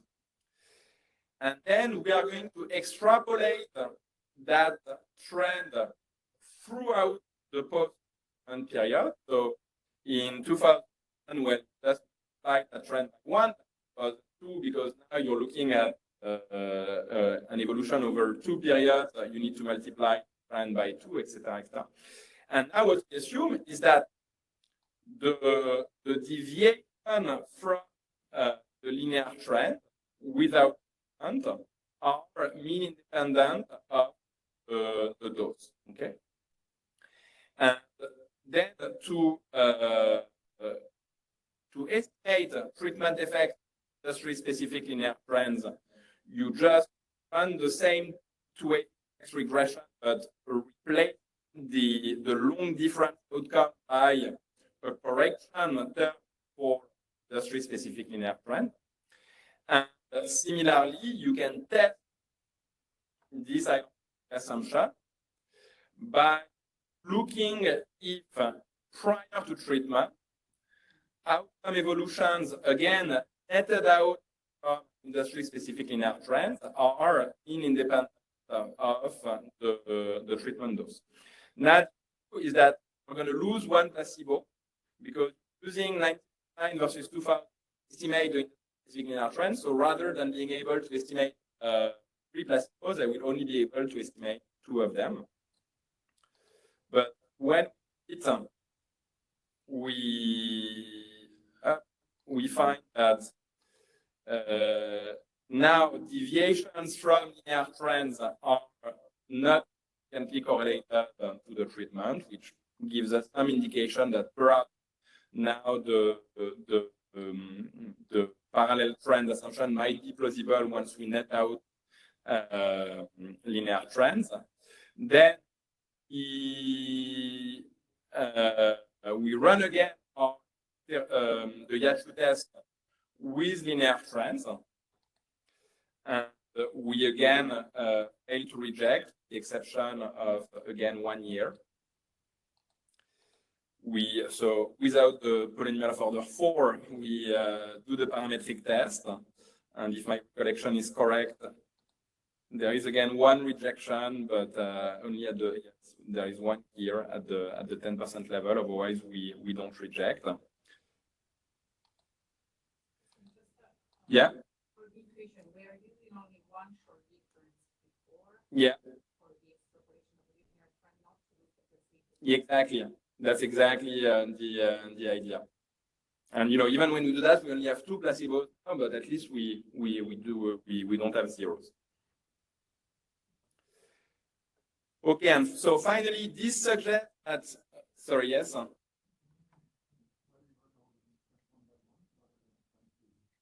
So, okay, good question. Again, because, those ones, you're right, those, that would be very easy. That's just because I did not think about it, but there is nothing that me as of now to this. I just need to estimate the system of equations. This one, actually, for now, we don't know how to do jointly. But yeah, I could certainly actually run those tests jointly, which could be a way, like for the fourth term, actually, that could be a way to test if this is something real, like in one specification, not the others. Yeah, so that's a very good point. Okay, and so now, so this suggests that when we have linear trends, we don't have blatant violations of the parallel trend assumption, and it seems that we still do not affect our assumption that treatment effects are constant. So perhaps way fixed effects with linear trends gives us a reliable estimator in this application. And when we estimate the treatment effect with linear trends, so we find no effect in 2001 with an even smaller coefficient than before. We do find a bit of an effect in 2002 with, but it's not significant. We find the significant, but again, slightly marginal in 2004, and no effect in 2005. So the effects are reduced. They lose a little bit of significance, but they're kind of at the margin. Okay. Yes.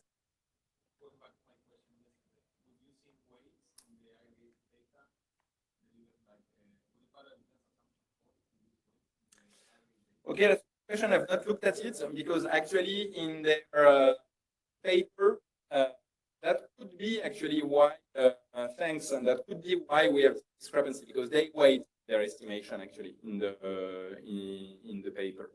And the reason why we don't weight is, again, because for now our test does not allow for weighting. The coefficients don't change. The two-way fixed effects coefficients don't change all that much. They become a bit bigger, but they don't change hugely. But no, that's also something we should consider doing. Yes.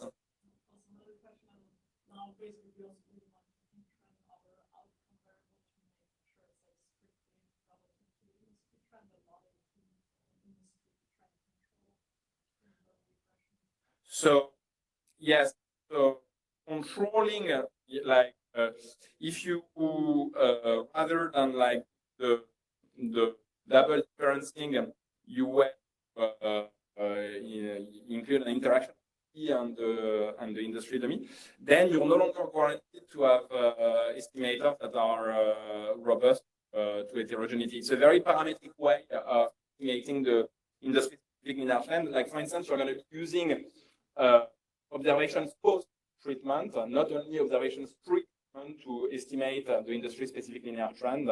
So yeah, it's related to those issues that we've not discussed too much, that even when you have a method, a regression method, robust heterogeneous effects, if you want it with controls a bit naively, just throwing in the controls, then you may end up with an estimator that's now non-robust.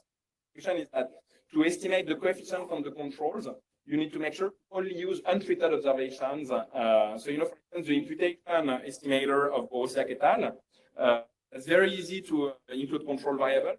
You need to include the control variables in the first step estimation, where you run the two-way fixed effects regression in the untreated sample, and then use your two-way fixed effects models, which now has controls to potentially allow for differential trends by covariate values or group-specific linear trends, etc., to impute the some of the units. And for instance, in our DA multiple GTDIN command, that's the same thing. When you have control variables, the way the command works is that we first run a regression of outcome changes on the control variables in the sample of observations, and then we residualize the outcome, and then the equation proceeds with the residualized instead of the original outcomes. Yeah?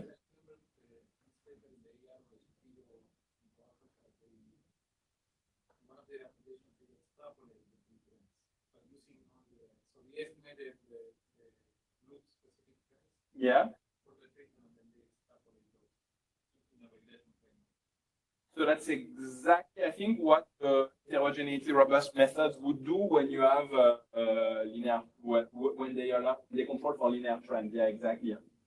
You would be estimating the linear trends in the free period and then extrapolating them out, and then the treatment effect would be identified from the discrepancies with those linear trends.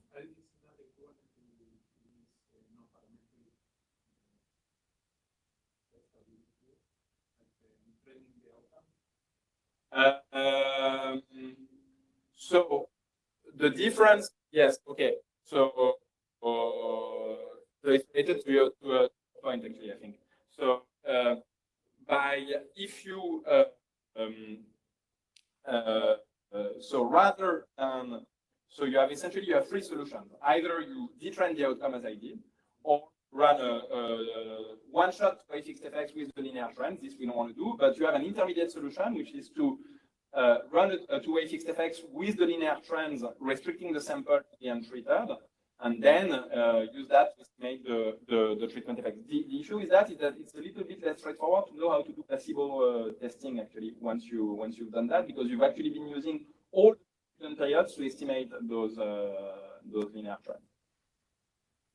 But, you know, there is also an efficiency trade-off that with the method we're using here, we're using only one period to estimate the linear trends. So maybe we get very easy estimates of the linear trends. So it's a bit the trade-off, I think.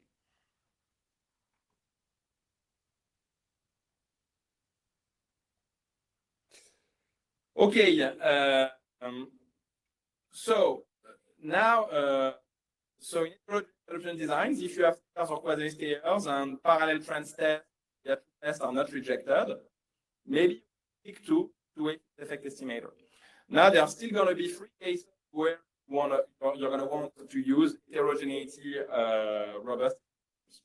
The first one is if the yet rejected, if the test that effects are homogeneous and linear rejected. Then maybe that test is not rejected, but you worry the power of the test. And then maybe that test is not rejected, but you are in a design where you don't have stayers or quasi-stayers, so that you don't have if and only if relationship between the null of the test and the assumption of constant effects. So that motivates why we want to look at heterogeneity robust estimators.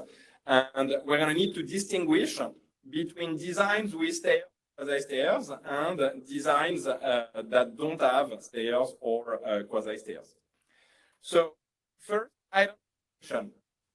So when we have stayers or quasi-stayers, identification is not very difficult. We, for instance, estimate the conditional average slope at D2. We're going to compare the outcome evolution of groups with a treatment equal to small d2 to the outcome evolution of untreated groups, okay, which perhaps in my sample don't exist if I stay here. The superpopulation do exist, okay. Then if I want to estimate the average slope, then I'm just going to take all of those estimators and average them across all values of the two treatments. And if I want to estimate the weighted average slope, then do almost the same thing, except that instead of dividing by D2 inside the expectation, I'm going to divide by the expectation of okay, so I'm going to have an estimate that's going to be a ratio of expectations rather than the expectation of a ratio. So intuitively, why is it that all of those estimates, unlike the two-way estimator, they are going to be robust to heterogeneous effects and identify well-defined effects under anticipation and parallel trends assumptions only?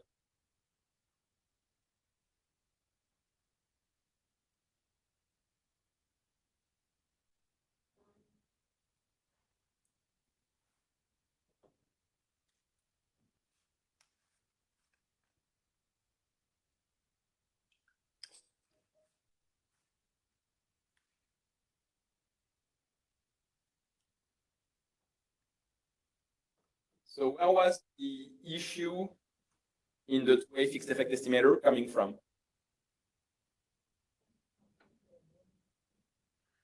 Comparing those above versus below, the more treated, okay? And that's not what we're here. We're comparing treated to the untreated, okay?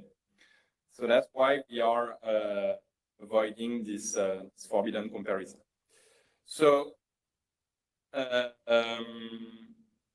what happens if you've got negative treatment as well? So you can imagine a range of some get tariffs raised, some get them lowered.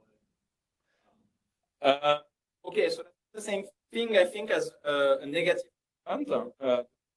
Tariffs are always positive, but you could have a decrease, and that would happen in designs where the baseline is not zero for everyone. Yeah, I'm making this very assumption on the design that the baseline is zero for everyone. And when we move to in the last part of the course, we're going to see even more complicated designs. Then we're going to be considering this type of cases. Okay, so estimation. So now let's move to estimation. So I'm just going to talk about meeting the WASP. So estimate the WASP, I have stayers. And so for estimation, for identification, we don't need to distinguish between the case with stayers or quasi-stayers. For estimation, we do need to distinguish the two. And I'm going to assume that we do have true stayers. We have groups whose stayer 2 treatments is equal to 0. Then for estimation, I'm just going to follow this identification result. And I'm going to replace this expectation, that expectation, and that one here by sample average. Okay, so that's what I'm going to do. And that gives rise to estimate here. So to show that this is a root G consistent and asymptotically normal to infinity. Now I'd like you to find a binary instrumental variable DG such that this estimator can be obtained by USS regression of the outcome evolution on the treatment using that instrument ZG as the instrument for the treatment.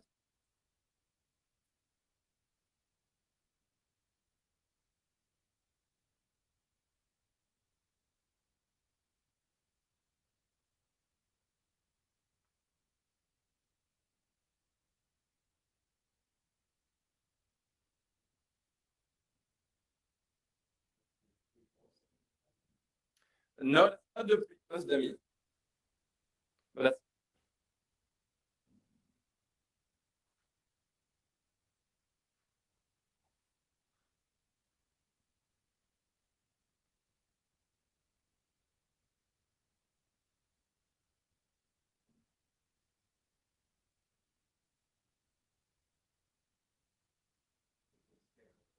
with stairs. Yeah, exactly. Yeah, exactly. That's going to be the dummy for whether you receive at least something or whether nothing. Exactly. And that's because we know that with binary instrument, the coefficient treatment just all ratio where in the numerator we compare the outcome of those with and without instruments, and in the denominator we have the treatment of the two groups. Now, find your instrument ZG as an indicator for receiving a strictly positive dose of treatment. Then that's going to simplify to our was estimator. Okay, so that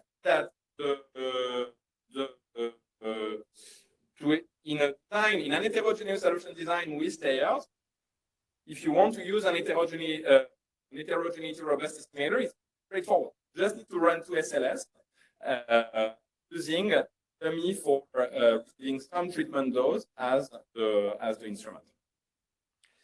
Now, so one result that, but maybe I'm gonna, yes, so here. So what I want to mention is that, so you can, it's not very difficult to estimate the average slope either.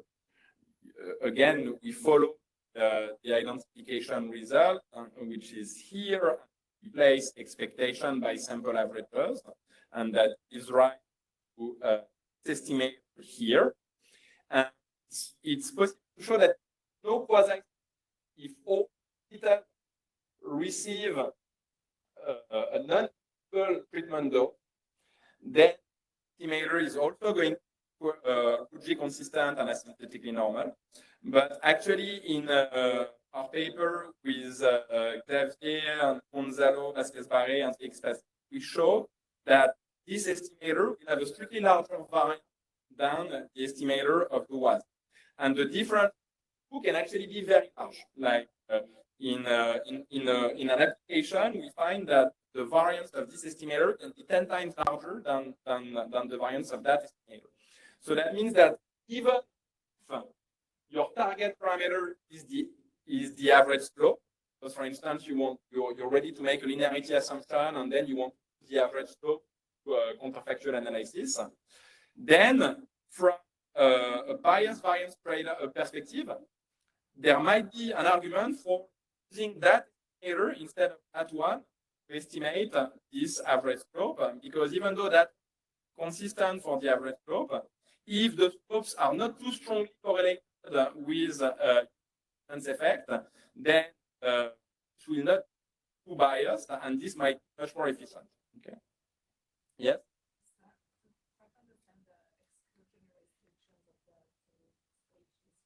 Yes. The assumption, so we have a parallel assumption, so there's selection on time invariant. There is a selection on time invariant characteristics. Yeah, exactly. There is no anticipation. Yeah, exactly. We're assuming that. Yeah. And so we're ruling out homogeneity of potential. So why under what assumptions we are just with the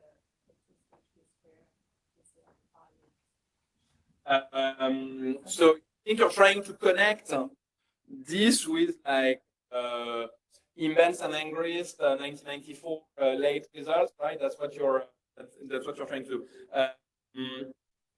So okay, so yes, so the my parallel trend assumption gives me their exogenous assumption, I think. then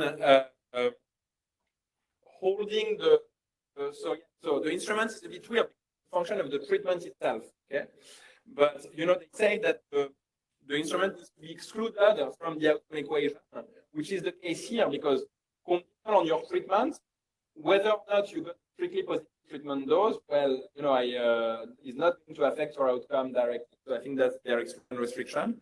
And then for the monotonicity assumption,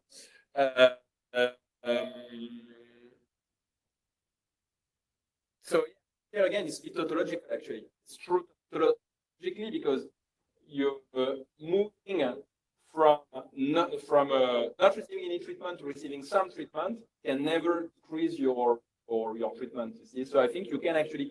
It's not the most direct way of showing this of understanding this estimator, but I think it can be cast in their framework.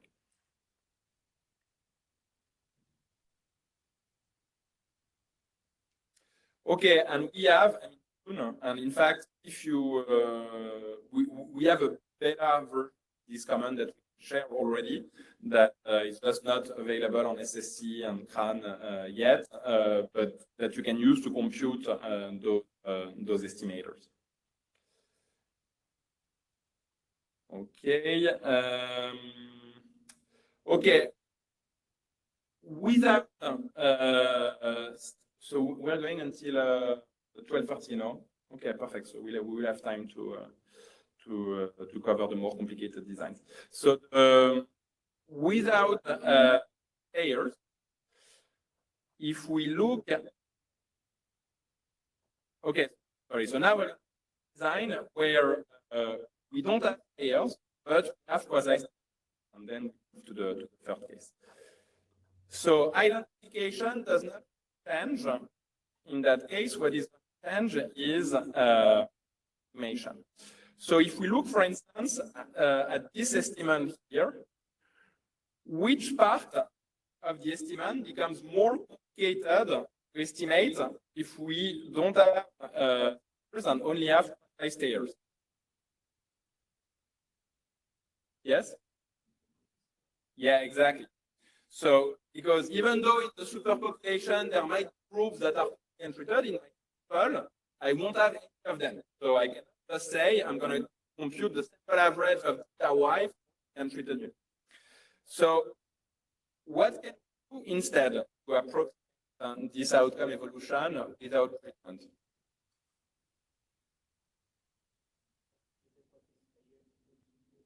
We're going to use the quasi-stairs close to 0. Here we're going to take the average outcome evolution of each with and close to 0.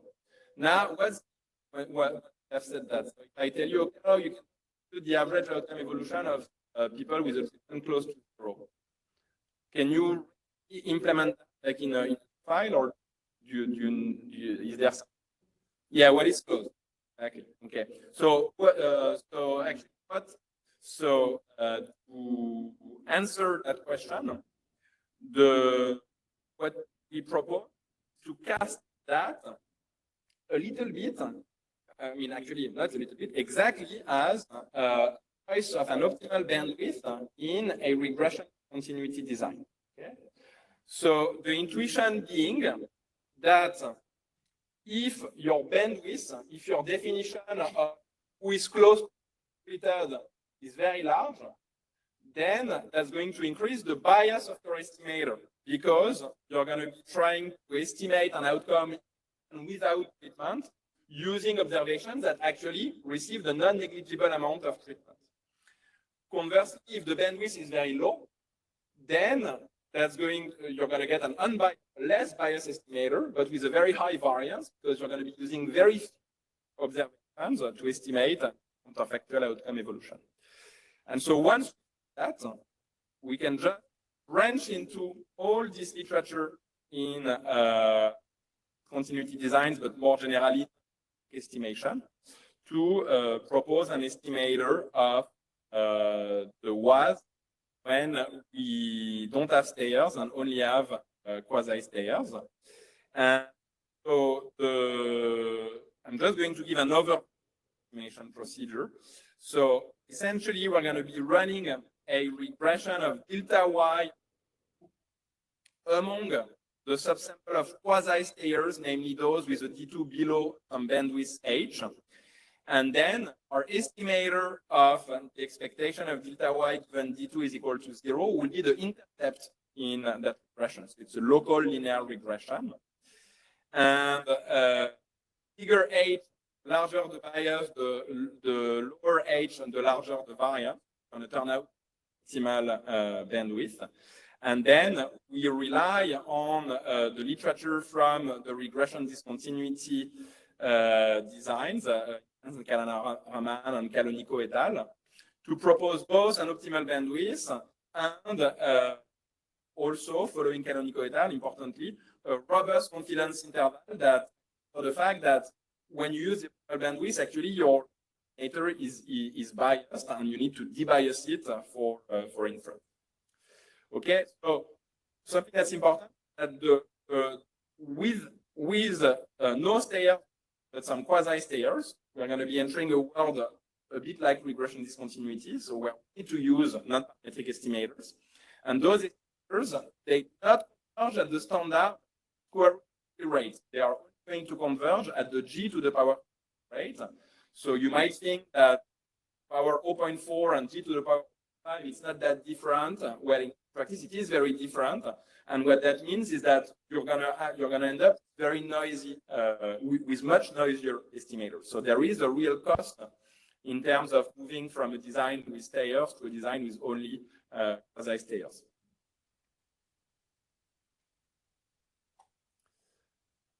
Okay, so in terms of implementation, this is implemented in a Stata package. Actually, I said it's implemented in R, but that's not true yet.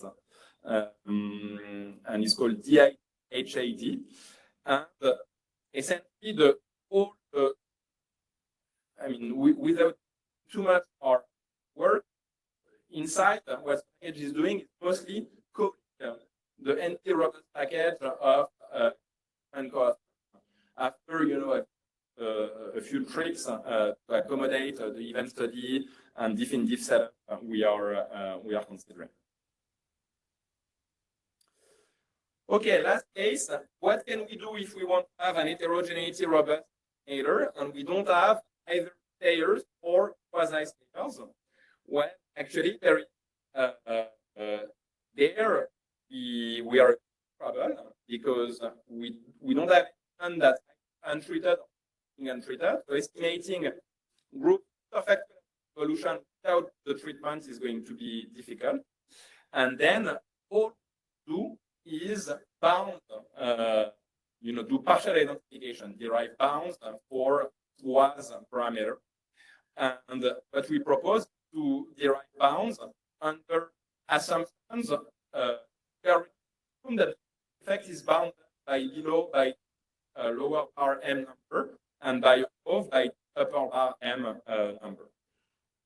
And so, for instance, to assume something like the slope of the potential outcome function is never going to be lower than -10 and never going to be greater than +10, then you would be setting lower bar m is equal to -10, upper bar m is equal to +10, and then you could compute the bound that we propose given those two numbers. But those numbers, they are tuning parameters that are chosen to be specified by the researcher based on contextual knowledge of how large or low treatment can be in an application. And now, so under that and bound, we can derive bounds for the was parameter. So under this condition here that's testable from the data, the bounds are simple. The bounds are diffs in diffs that compare outcome evolution of the treated to the outcome evolution of the least treated. So now we don't have a valid group. All that we have is the group that received the least amount.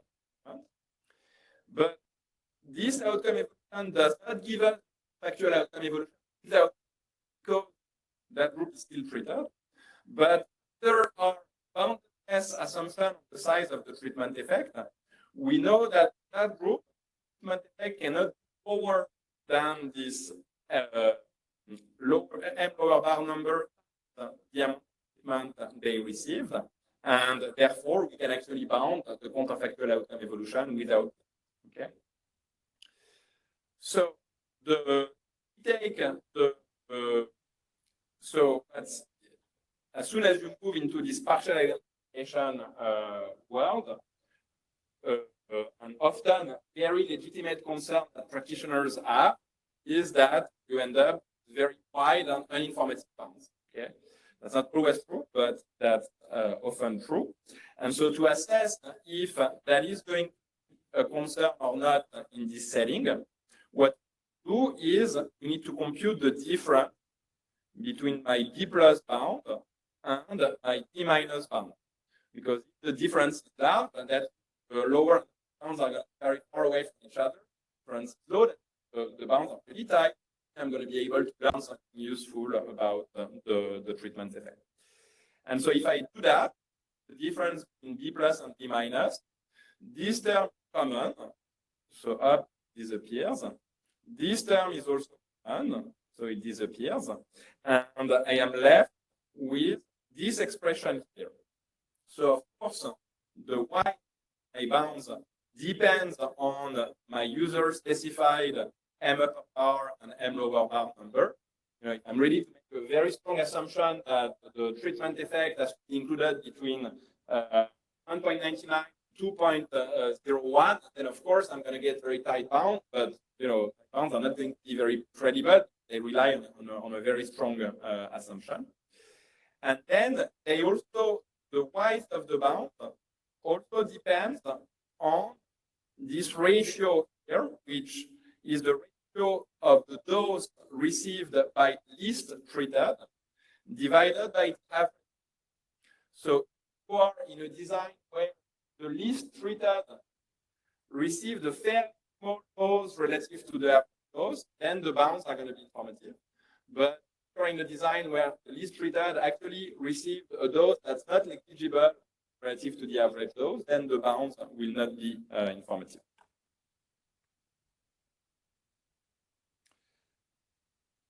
Okay, and so same thing as in the previous chapter. So in the first example, there was some indication that perhaps all two-way fixed effect was reliable. I will give a second example where we have some indication that not be reliable, and that is an application from more like political economy literature. So it's et al. And the natural experiment at 1996, there was a new TV channel that was produced in Russia that at that point was the only source news that was not fully controlled by the government. Okay? So they want to know what is the effect of having access to an independent news source on outcomes, and for instance, whether people are more likely to vote for one party. And they use the fact that they have data for elections just before and the election just after. And they also use the fact, of course, nobody has that TV channel in 1995 because it just does not exist. And then 1999, the coverage rate is heterogeneous across Russia because signal quality is not good everywhere. And so you have areas like Moscow and St. Petersburg where 100% of the population has access to the new TV channel. But you have areas like Siberia where only people living in the big cities there are going to have access, but living in more rural areas.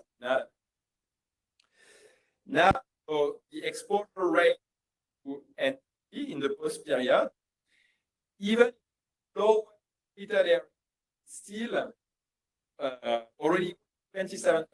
So you don't have a stairs. So the dose is included somewhere in 0.27 and 1 in the second period. So they do two-way effects expression. So for instance, they get two opposition parties, and they look at whether the share of votes for opposition parties increase more in areas where exposure rate was higher than in areas where exposure rate was lower. And they find that indeed voting for that party increase more in areas that are more exposed to the new TV channel. But now, and they do decide for another party, for two parties that were neither opposition for government turnout, and run our issue test. We find that for all outcomes, the test detected at the 10% level, and actually for 2 of the 5 outcomes at the 5% level with a very low value for that one. So it's to say that it's not always gonna say that perhaps effect is valid.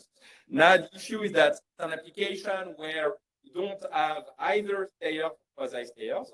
So all we can do is bound the treatment effect. We want to have an heterogeneity estimator. So here it's perhaps useful. So how do we go about choosing these lower bar M and upper bar M values? So the way we do it is we look at the two-way fixed effect estimator, which is 6.65, meaning treating 100% of the population would increase the SPS vote share by 6.65 percentage points. So that tape, I mean, if that paper was published, perhaps that means that this value was an ex-ante plausible value for the size of the treatment effect in this application. So way we choose our bounds, saying, okay, assume that within each region, the treatment effect cannot be lower than -13, which is roughly twice the number, or greater than +13. So this is already putting this is already a strong assumption, because without making any assumption, the treatment effect be included -100 and +100. So we are restricting substantially the possible values of the treatment effect, but still allowing for a big range of effect heterogeneity. And with those values, the bounds are active and are unable to rule out the fact that the treatment effect could be 0. And we do the converse exercise where we try to find the lower M value such that 0 does not belong to the interval bound, which is called a sensitivity analysis, or you're trying to find a breakdown point here in the sensitivity analysis literature.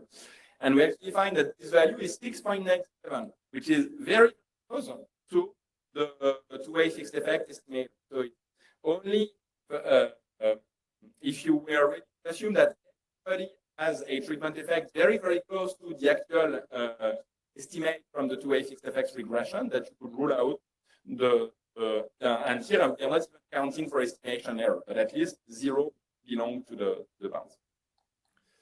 Okay, so that's showing another example where we have indication the two-way fixed effect be that robust. Yes?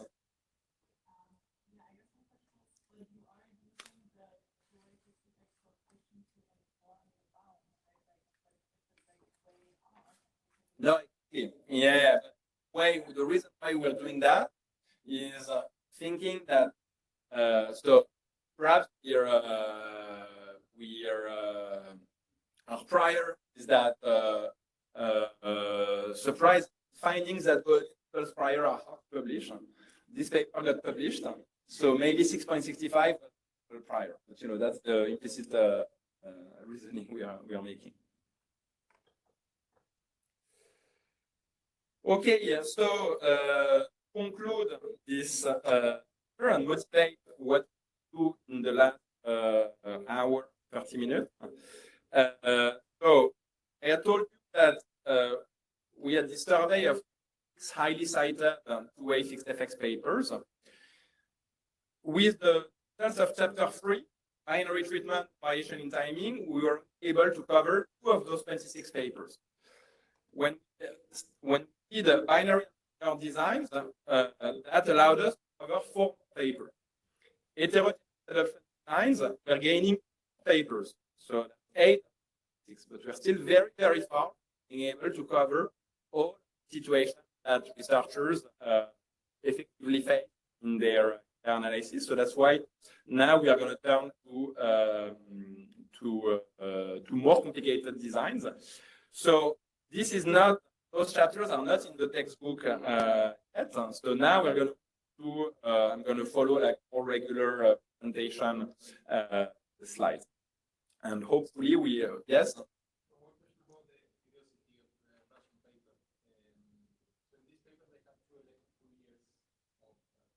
Yes. They don't do pre-trans yet.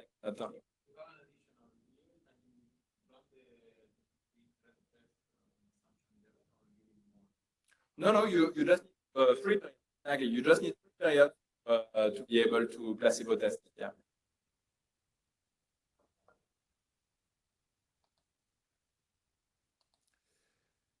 Okay. So I'm going to start by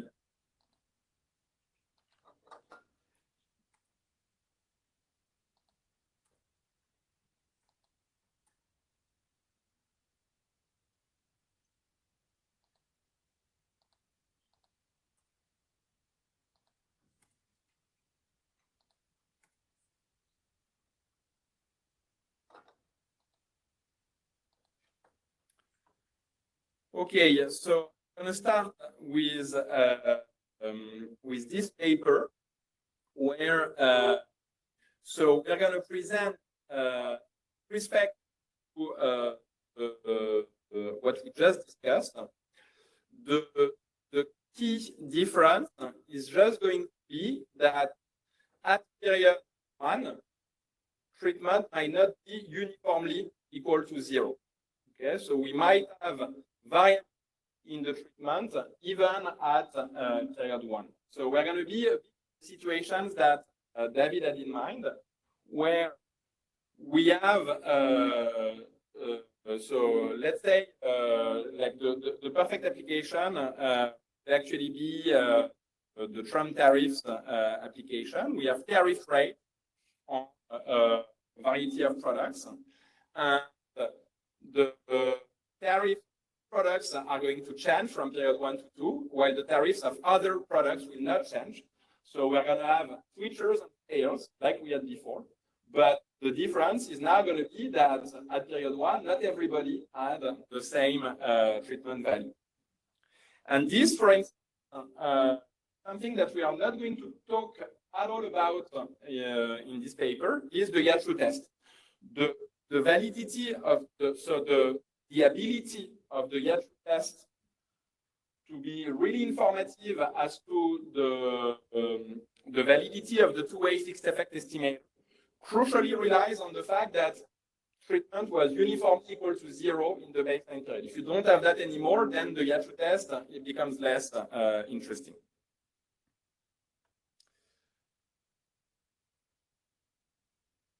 And so the paper is titled Continuous Treatments, but actually the treatment be a discrete variable or even a binary variable in the pre-period.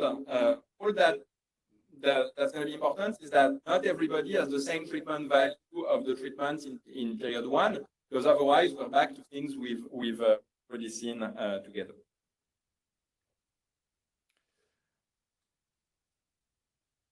So, okay, so we're going to have a unit that's observed at 2 periods, and that could be a geographical unit like a county or a region. We're going to have 2 periods. Results can be generalized, but that's enough to convey most of the results. DT is going to denote the treatment of the unit at period T. And importantly, we're going to have this S variable for the switchers, whose period treatment is different from their period 1 treatment. Okay. In theory, why the outcome at period T could depend both period 1 and on the period 2 treatment, and we are actually going to assume that we have no anticipation effects and no dynamic effects, such that outcome at period T only depends on your period T. Okay, so we will be able, and that's going to be the second paper I will present at the end of this class. The static effect assumption is not very important, but it's helpful to simplify notation. So we have replaced. So when we have variability in the treatment dose at baseline, we need to modify our parallel trends assumption. Because if we make a parallel trends assumption y0, well, that's going to be helpful plus quantifying power for units that were untreated at period 1. But if we have someone whose treatment was equal to 1 at period 1, make a parallel trends assumption on their y0, not going to help me all that much to identify what would have happened if their treatment had not changed. So one of the proposals we are making in this paper, but also in our earlier paper with Xavier, is a new parallel assumption where parallel trends is in the counterfactual where you keep the same treatment that you had at period 1, you also keep it at period 2. Okay, so we are going to assume that in the counterfactual where at period you still have that D1 treatment that you already had at D1, then the mean outcome evolution is not does not depend on your actual treatment at period. Okay, and so under that assumption, if I have a switcher that goes from 1 units of treatment and a stayer that adds of treatment and keeps 1 unit of treatment at period 2, then the counterfactual outcome evolution that the switcher have experienced if its treatment had not changed can be identified by looking at the outcome evolution of the stayer that had the same base. Okay, so here we rule out.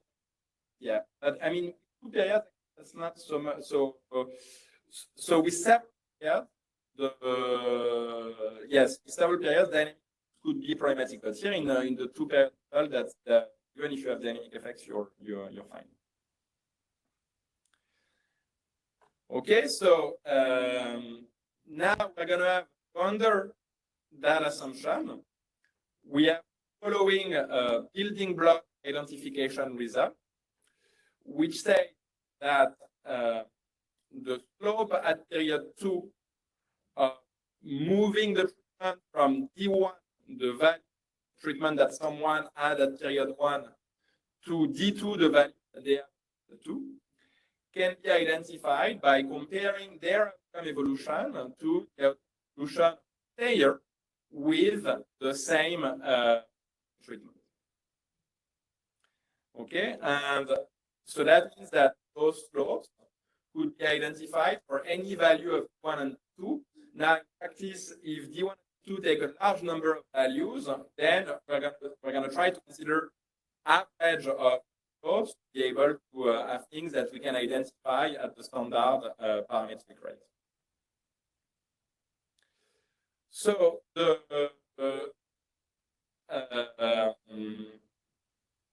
so with respect to there is often that type of parallel trends assumption is restricting treatment effects, is implicitly imposing an homogeneous effect assumption. And this is not the case because for each unit, I'm only making an assumption on one of their potential outcomes. So someone that had a treatment for 1 at baseline, I'm imposing a restriction on the evolution of their y of 1. But I'm not imposing any restriction on the evolution of their y of 0, of their y of 2, etc. Okay?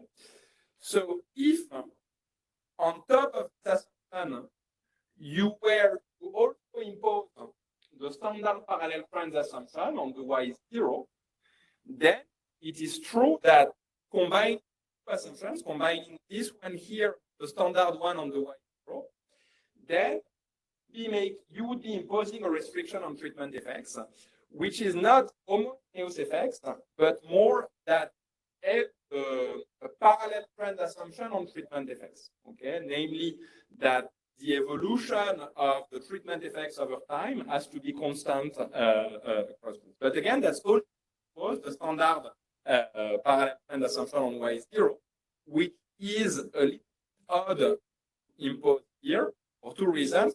You don't need it for identification, and also you cannot placebo test. Like a design where in the tariff designs, prior to Trump, tariff that's equal to 0. And you're going to be running a placebo test, checking whether costs on goods that are affected by the Trump tariff increase and goods that are not affected by it. You're not testing whether their outcome and without any tariffs are parallel. What you're going to be testing is exactly that, whether their outcome evolution under their tariff prior to the increase of the decided by the Trump administration were evolving in parallel or not. Now, do we want condition on one? Okay, so we could say rather than condition on one treatment, I could make an unconditional parallel trend assumption. I could assume that switchers can stay irrespective of their baseline treatment are on parallel trend. So reason why we don't want to make that assumption is that so there are two reasons. The first one is that conditioning on T1 might have some value a little bit like as a control variable. Matching, if you good is the same tariffs prior to the increase, might be more fair and more likely on parallel trends than groups with different tariffs. So that be just, we think that baseline treatment is a good control variable. But even on top of that, and perhaps more importantly, when you assume some condition on the baseline treatment, that means that to recover the counterfactual trend of a switcher going from 1 to 2 units of treatment, you're going to be able to compare that switcher to a stayer with 2 units of treatment at both days. Okay? So that means that you're assuming that the trends affecting Y1, the outcome with 1 unit of treatment, is the same as the trend affecting Y2, the outcome with 2 units of treatment. Okay?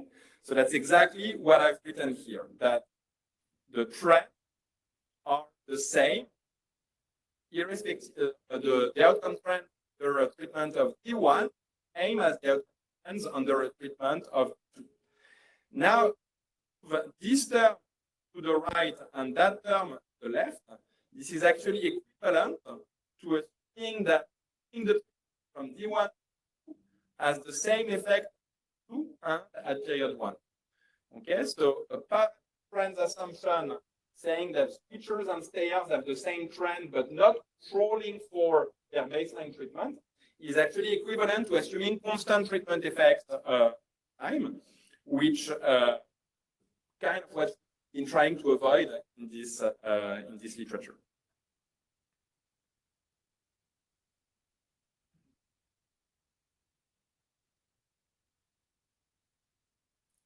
Okay, so here I can kind of because we've almost in that core. So what I call the add in the heterogeneous adaptation design, where we can generalize it to these more designs where people might not all have a treatment of 0 at period 1, and that so before I had a equation of Y12 plus Y12 0 divided by D2 minus 0. Well, now that people treated at line, I just find a Y12 minus a Y12 1 divided by D2 minus 1.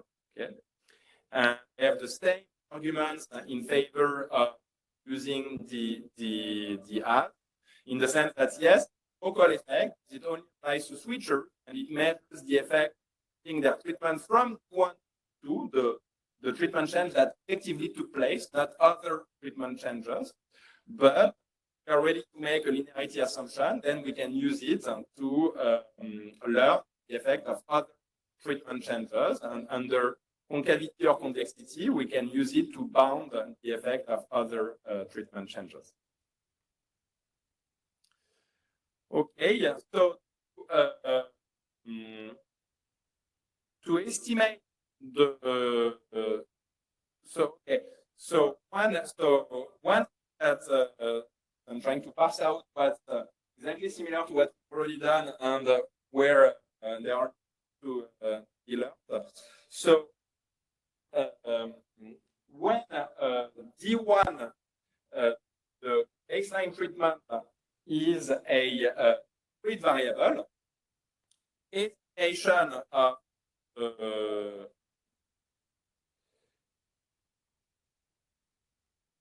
so to identify the house, we just have an estimate that compares the outcome evolution of a switcher that occurs with the same baseline treatment. When the baseline treatment is a discrete variable, let's say it's only equal to 0, 1, or 2, that's not very difficult, this estimation. We're gonna be able to exactly match a switcher, let's say with a baseline of 1, we'll match it to a stayer with a treatment also equal to 1, and we'll compare its outcome evolution, the outcome evolution of all stayers, the exact same baseline treatment. Things are going to be more complicated, and the baseline treatment is continuous, which is actually the case, almost the case in the Trump tariffs application, where the tariffs are not strictly continuous. You have, for each value of tariffs, you have 3 or 4 varieties that have exactly the same value, but you have so many. But then you have baseline tariff values such that all of the varieties with that value are switchers, and they cannot match to a stayer with the exact same value. So then, in that, what we propose is to estimate an expectation by a linear regression of beta y on a polynomial in D1, where for the estimation and parametric, the degree of the polynomial has to go to infinity when the sample size is increasing. It's called a series estimator. And so then the estimation is just, so you're going to take all of your stayers in that subsample to estimate parametric regression of beta y1. And then you're going to use that regression to predict the counterfactual evolution of switchers if their treatment had not changed, which is going to give you this R hat of PI1. And then you will subtract from their actual outcome evolution their predicted counterfactual outcome evolution without if their treatment had not changed.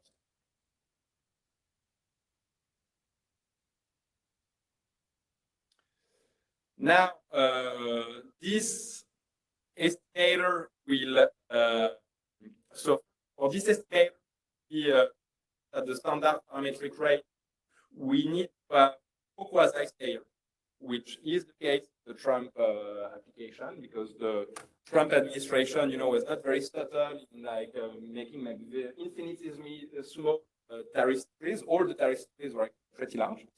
But if you have quasi-stayers, then this estimator will not be consistent, because you're not going to be root and because you will have groups where this denominator here is very, and therefore the variance of this estimator will blow up.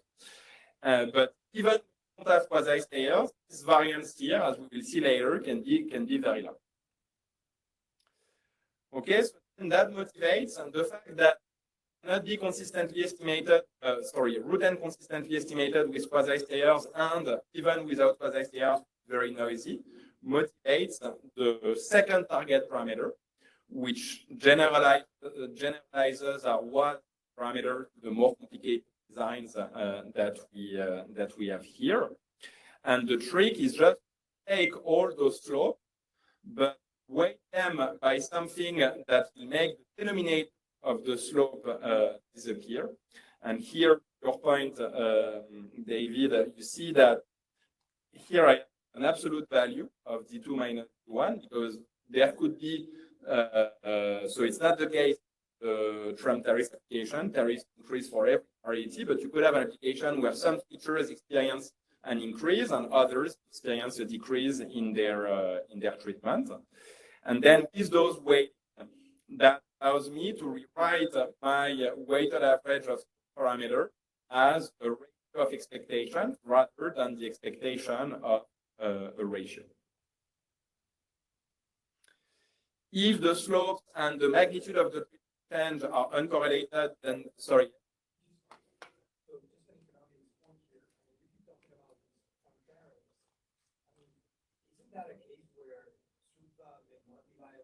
Yeah, absolutely. And in fact, will be violated. And that's something that government authors account for by, so they do the analysis at the various level, but then they move the analysis one level up. So I don't know how far up they go, but at a level where mutation patterns are less likely to occur. So that's the way to deal with SUDVA in this context. Now, what you're losing when you're doing that is that when you are at the variety level, you have very far variation. You know, you have tariffs increase really by a lot, varieties whose tariffs do not change at all.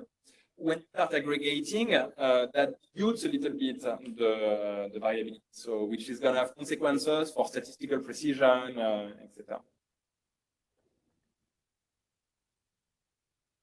And actually, I will not revisit the Fashgel paper at the end because but that maybe we're going to put it in another paper because there is actually a first order thing in this paper, which is that you have a big extensive margin response. You have goods that just stop after the tariffs increase, and so they are in elasticity, so they take logs, but actually you have good logs not taken anymore because they don't appear in the data anymore, and so that's that's something we're going to be talking about in this course and perhaps in the book. But that's something that paper needs to be written about that, how to do diffs in diffs when you have type of extensive margin response. So yeah, so that was our project was to have this paper as an application for paper, but then when we realized was this extensive margin response frame, we started thinking, okay, we're going to write a paper about continuous treatment, extensive margin response, etc. But that would have been, 8 pages long and too complicated. So we decided to do the two things separately.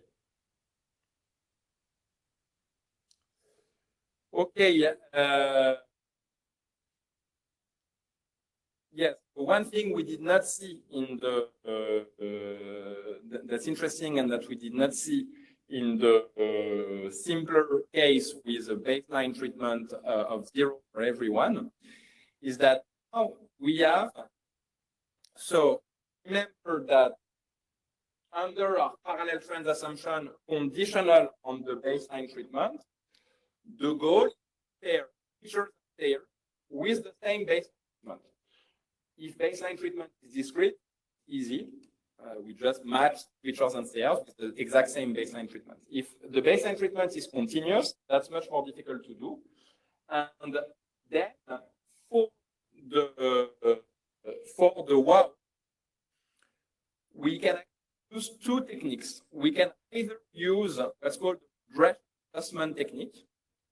We compare the delta y feature to the delta y, their counterfactual delta y predicted using a regression delta y on T1, non-parametric regression of delta y on T1 among the stayers, or do propensity score reweighting. We can compute the average outcome evolution of the switchers and compare that to the average outcome evolution of all the stayers, where we do propensity score reweighting, whereby we upweight the stayers who, based on their treatment look more like switchers, and we downweight the stayers who, based on their period 1 treatment, don't look at all like switchers. And so what is it whenever we have an effect that we can either estimate using regression adjustment or propensity or reweighting? What is then the first thing that we might consider doing?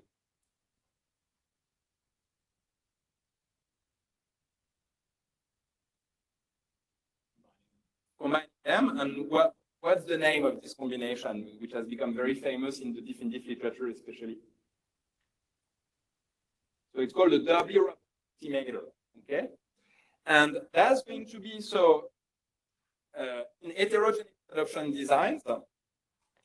We had that when we are comparing the weighted average of slopes to the unweighted average of slopes, we had that the advantage of the weighted average of slope was precision. Okay, like typically it's going to be estimated much more precisely. Now there is a further advantage, which is going to be that the weighted average of slope can be estimated using a W robust estimator, unlike the average of slope. Why is that going to be important? Well, when we move to estimation, so far I've been a bit loose. So earlier, we're going to be non-parametric.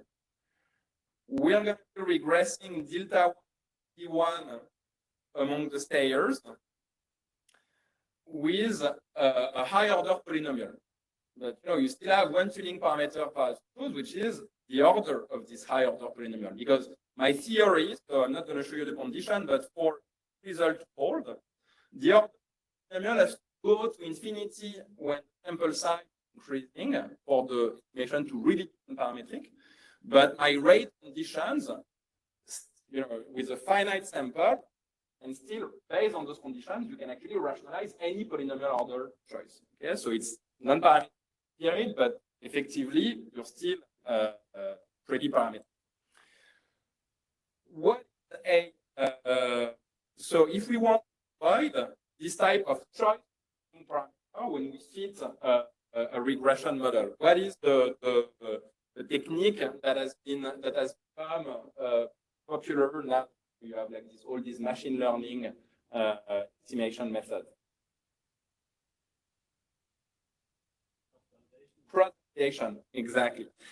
Now, using cross-validation to choose the polynomial order for this estimator has no guarantee, actually. So that does not satisfy all the rate conditions for this asymptotic normality result to hold. On the other hand, that will work for the W robust WAUS estimator.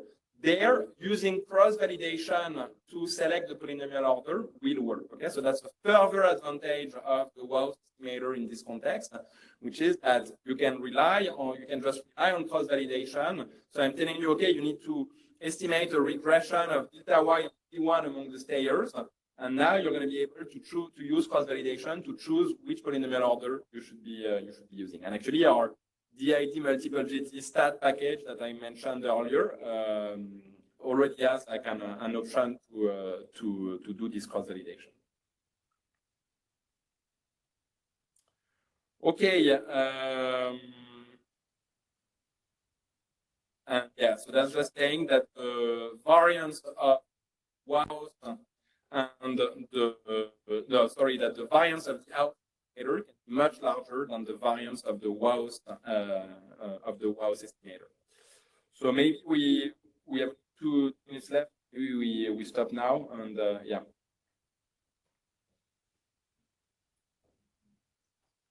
Okay, so welcome to the last session of the Diff marathon.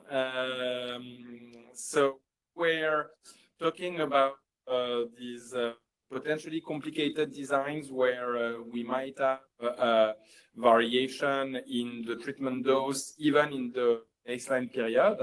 And we saw that in this case, what we propose is to use diff estimators where we compare switchers and stayers that had the same dose at baseline.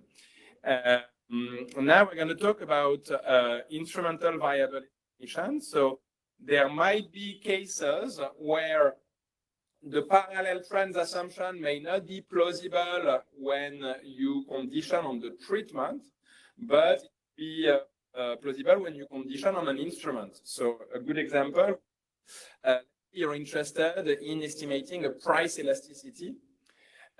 Doing diff in diff with respect to prices would mean that you would be comparing the demand evolution of goods whose price is changing and goods whose price is not changing. Now we know that it's not it's a two-way street. The very reason why price might be changing is that the good might be experiencing a demand shock. Okay, so this type of comparison could actually be capturing some type of reverse causation. So what people have been typically doing in those cases has been to use taxes as an instrument for with the hope that goods that change and do not change their prices are parallel trends in terms of their demand. The changes in taxes might not be the product of demand shocks. And then we run an IV using taxes as an instrument for prices. And now we are going to see ways of doing that in an heterogeneity robust manner. So I'm just going to sketch results because they're actually it's going to be standard IV logic. Now, rather than the treatment, our source of identifying variation will be the instrument, Z1, Z2. So be, for instance, the taxes at period 1 and at period 2. We're going to define our switcher complier as the unit whose period 2 treatment under the period 2 instrument is different from the period treatment that they would have under the period 1 instrument. So in the tax example, those are goods whose taxes change from period 1 to 2, because if Z1 and Z2 are equal, then mechanically D2 of 2 is equal to D2 of Z1. So you need to experience a change in your taxes to be a switcher complier. And then on top of that, you must react to it. The price must change in response to the taxes, and that's when you will have that D2 of Z2 is different from D2 of Z1. Then we're going to be estimating slope weight averages of the slope of the demand function with respect to prices from the period 2 price under the period 1 instrument to the period 2 price under period 2 instrument. And to estimate this type of parameters, we are going to follow standard IV logic. We're going to start by estimating the first stage. We're going to estimate the first stage effect of taxes on prices in an heterogeneity robust manner where we do diffs in diffs comparing switchers and stayers with the same taxes at baseline. Then we're going to do reduced form. We are going to do measure the effect of taxes on demand, again, in an heterogeneity robust manner. And finally, we will take the ratio of our reduced form stage, and that will give us a valid estimator of this effect here. Okay, so extensions. So of course, what I've been saying so far can be extended more than 2 time periods. And if you have 3 time periods, you can do the switcher versus stayer analysis for period 1 and 2, then for periods 2 and 3, and then you take an average. Now, when you have more than 2 time periods, the assumption that we rule out dynamic effects now starts having some bite. Okay, and intuitively, why is that? And that's going to be the focus of the next presentation. Well, that's because looking at periods 2 and 3, you're going to be comparing switchers and stayers. So the controls are going to be those whose treatment is not changing between period 2 and 3. And without that, if you rule out dynamic effects, that's a valid control group. But if you allow for dynamic effects, this may no longer be a valid control group because those stayers whose treatment is not changing from period 2 and 3, their treatment might actually have changed from period 1 to 2, and this could still influence their outcome trend from period 2 to 3, and then they would become invalid controls. Okay, so the next presentation will be about accommodating this type of extension. Okay, and the application. So we're going to be interested in estimating the price quantity of gasoline consumption. And for that purpose, we'll use as an instrument the changes in state taxes on gallon of gasoline. And the tax here, and it's going to be important, is not the tax rate. It's a tax in cents per gallon. And so we observe that for a panel of US states over more than 40 years. Then we also have the price of gasoline, including taxes, and then we have gasoline consumption per adult. So we are only going to be able to estimate treatment effect for features, for cells, for the IT cells whose treatment changing from -1 to T. So to assess a bit the external validity of our results, we compare those cells to other cells. And we find that actually they are not so different. Like for instance, we look at population, the switching cells are not more populated. And also in terms of baseline gas consumption, their baseline gasoline consumption is not different. Baseline gasoline prices are not very different. So it's a local effect, but that maybe we at least there is no blatant indication that it's going to be possible to extrapolate it to the remainder of the population. Now the line. So here remember now our source of identifying variation is going to be taxes. So I'm showing one pair of consecutive years, 1987 to 1988, and I'm plotting the histogram of taxes in cents per gallon among the stayers whose taxes are not changing from 1987 to 1988, and the switchers whose taxes are changing. And because our estimator relies on comparing stayers and switchers with the same baseline taxes, we need to verify the overlap condition in matching estimators that part for switchers is included for stayers, which is the case here. And you see that it's a nearly continuous variable because there are quite a few values of taxes such that only one state has that value, even though there are other values where several states have that value. Okay, and when we look at distribution of tax changes, so most changes are teasers, even though we do have some teasers. The average change, a relatively small change, we are looking at changes of average 1.61 cents. So that's very important to keep in mind. We are identified out of very small variations, which when we compare them to the average gasoline price prior to the change, we're really looking at changes of about 1.5%. And finally, we have some very small changes. Okay, so we have states where the change is 5% of a cent per gallon. So very, very tiny changes. So then we compute our house and well indicator of the first stage and of the reduced form.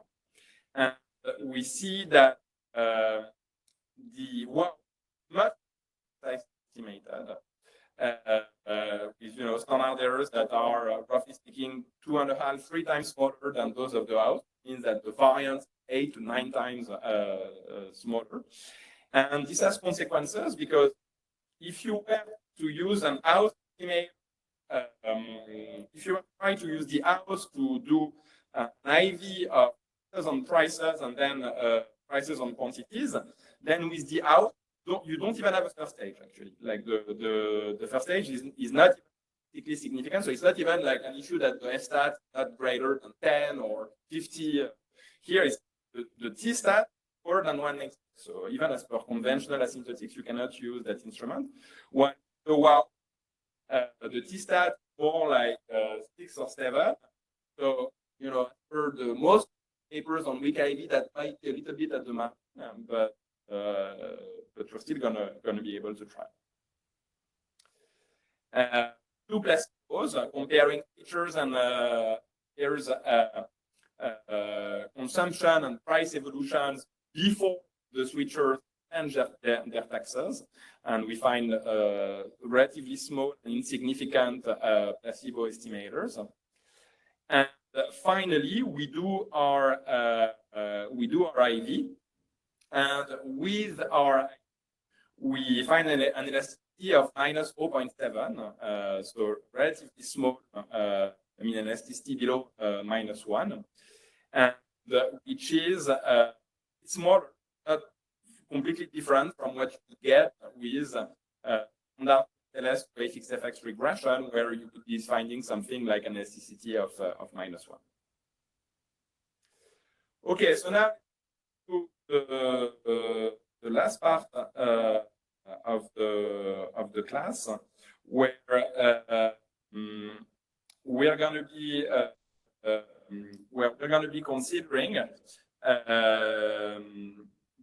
potentially complicated designs with, oh yes, so maybe the last thing I should have said, yes, so at stage, we now have theoretical robust estimators that used in almost any design, provide ready to rule out dynamic effects, okay? So that's the limitation so far. There's still one on the design we've been making. One important one we've been making on the design. What is assumed that in the definitive estimators that we've been proposing? Exactly, that we have stairs, okay?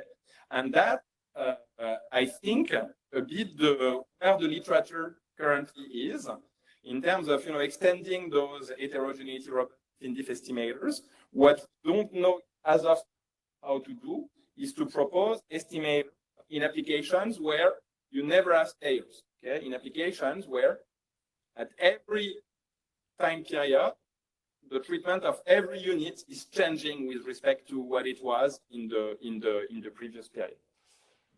Which type of applications are unfortunately fall into that class where we do not have stayers? Which type of treatment are like that, you know, like extremely volatile and changing all the time?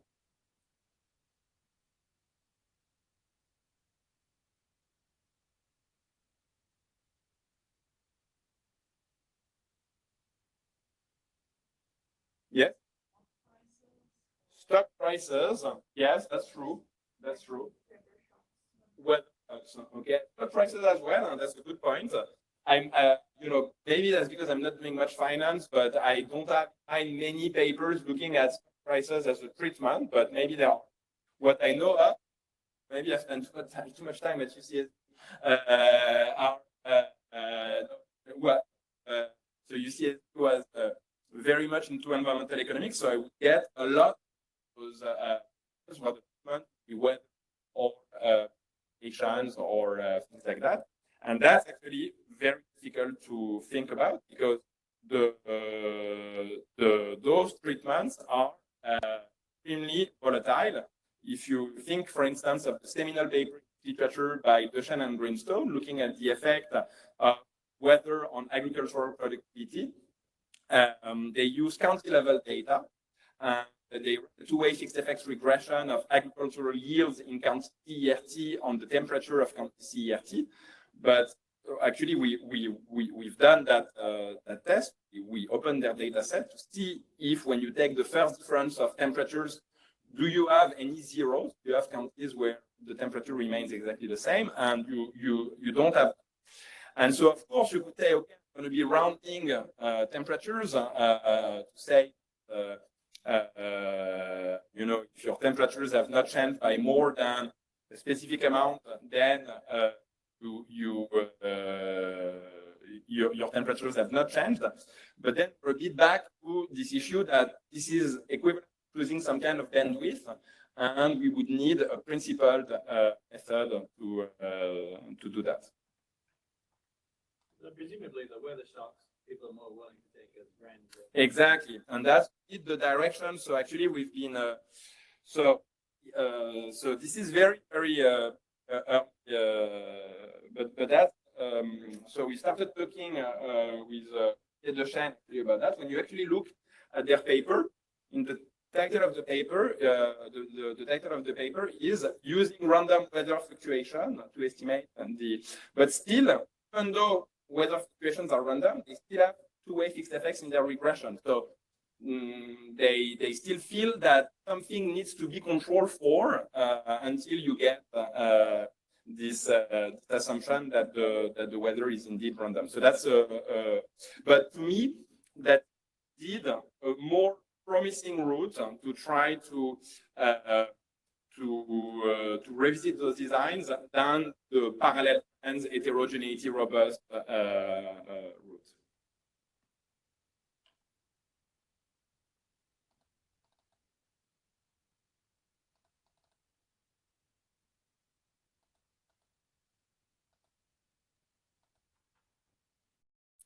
Okay, so now complicated designs where we want to estimate dynamic treatment effects. Okay, so we have an outcome that can be affected treatment, but also by the lag of the treatment.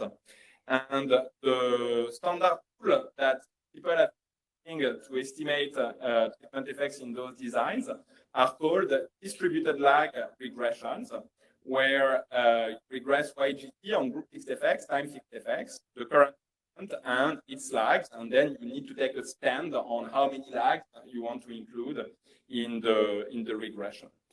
And so those results will not review them together, but surprisingly, this is not robust to heterogeneous treatment effect, and a little bit like the two-way fixed effect event study regression result of Stone and Abraham, what it showed that contamination problem, that the coefficient on the current treatment can actually be contaminated by effects, first, second lags of the treatment, etc., etc.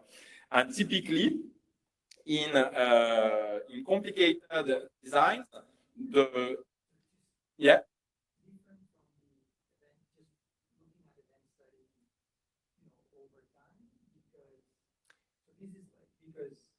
because the event study is including indicators for they started receiving the treatment 1 period ago, 2 periods ago, etc., etc.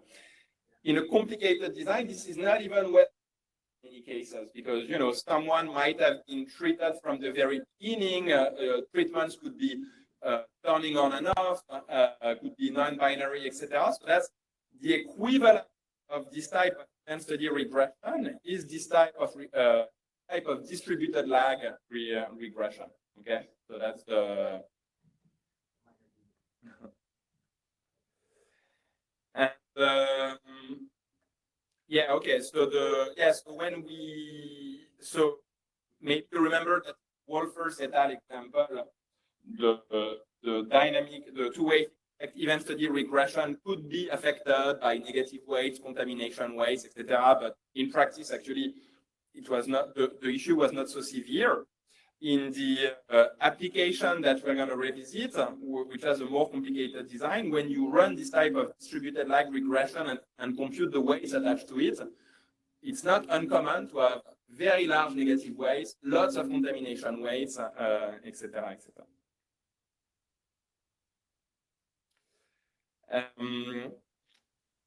Okay, so the setup is going to be the same as before. We're going to have groups observed at T periods. We're going to have a treatment DGT. The outcome now depend on current and past treatments. And now we're going to be combining all of the tricks that be in sync together, come up with heterogeneity robust estimators. So remember that in the binary and staggered designs, we had defined F as the first date when a group is treated. Now FG is going to be the first date when a group treatment changes.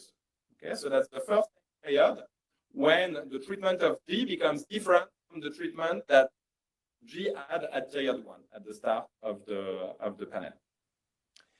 And so able to compute our estimators, we make this pretty big restriction on the design.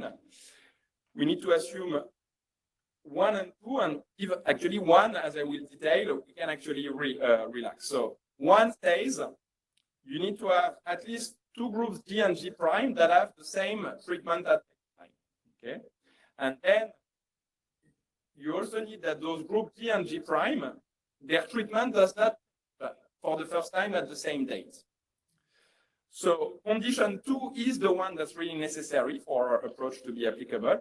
And so that tells that there is heterogeneity in the date of treatment change. So in the weather, that's not going to work because the first treatment change is period 2 for every group. Everyone experiences changes all the time. So you don't have stayers. Now, the condition number 1 could be violated if the period is a continuously distributed variable.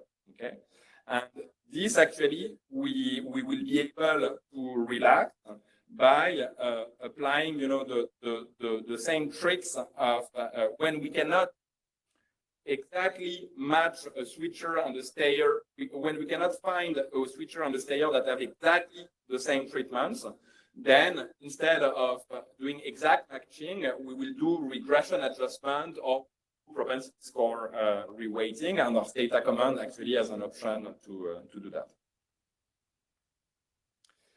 Okay, so we're going to some commonly found designs where our estimators are going to be applicable. So of course, we have the binary staggered design, but we also have a design where groups enter and exit the treatment once. So FG is the entry date, is the first date group G is treated. EG is the date group G exits the treatment. And a particular case is going to be times where G is equal to FG. Okay, so every is treated one period, we call a one-shot treatment design. Then we could have staggered designs with group-specific intensities. So there is timing and variation in the dose of treatment received. But once a group is treated, the dose remains constant. Okay, so you have only one change in the treatment. Now, a special case that's also addressed is going to be the case where everybody is untreated at baseline. And finally, we could have even more general designs where the treatment is just a discrete variable at baseline. It could be a 0, 1.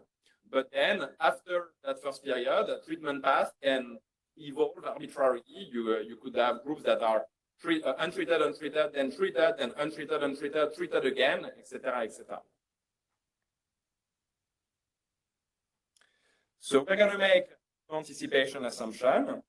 We are also going to make a parallel trends assumption, similar to that we have in the previous presentation. It's going to be a parallel assumption conditional on baseline treatment, but now with dynamic effects, to be a bit careful, baseline treatment really means your treatment at the start of the panel, your treatment at period 1. Okay, so this potential outcome here is we're going to call it the status quo potential outcome.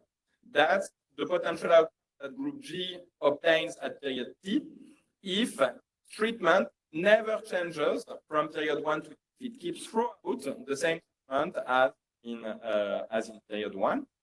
And we are going to assume that we have two groups with the same period treatment, then their expected outcome solution, the status co-counterfactual has to be the same. So groups that were untreated at the start of the panel, their outcome evolution without treatment has to be the same. Groups that are treated at the start of the panel, their outcome evolution, if they stay treated, has to be the same.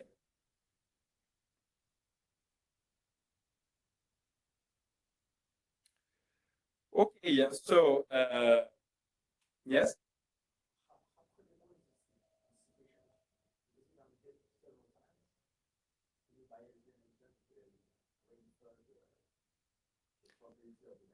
Yeah. So I agree that then the non-anticipation assumption becomes, it's even one more level of threat to that assumption than so when like no one-shot treatment, no variation in timing, then it's fairly plausible. Nobody expects it. When you have variation in timing, now people have seen their neighbors getting it, but now actually people have seen they else get it. So that's probably okay. So that's a good point. But actually,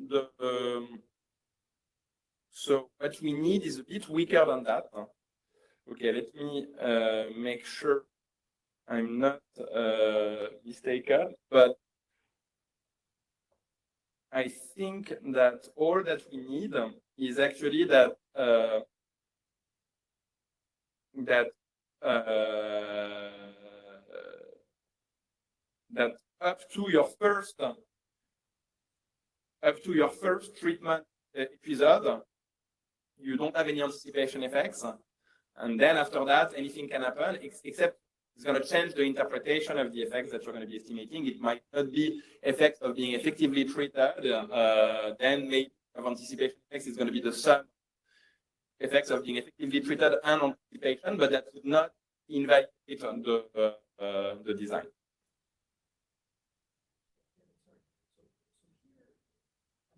Should we think about, again, like a third party switching you on and off? Or treatment, once I'm treated, treatment's always there, and it's about me, wanting to comply or not.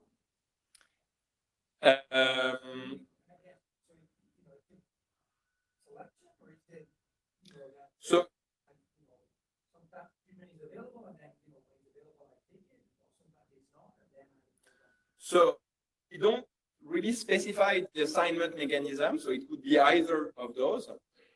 Which one it is going to affect the credibility of the assumption. If it's just like whether it's or not depends on treatment's availability, which is exogenous to you, then the parallel trend assumption and perhaps no anticipation assumption as well, if you have no way to anticipate treatment's availability, will be more plausible than if it's treatment is available all the time and it's you deciding whether to opt in or opt out of the treatment straight to but so for instance you have a bit two polar cases of those treatments switching on and off. So like a topic that was studied a lot in labor the 90s, early 2000s was the effect of unionization on wages. Okay, that's a treatment that switches on and off because people are unionized and then they're not, etc.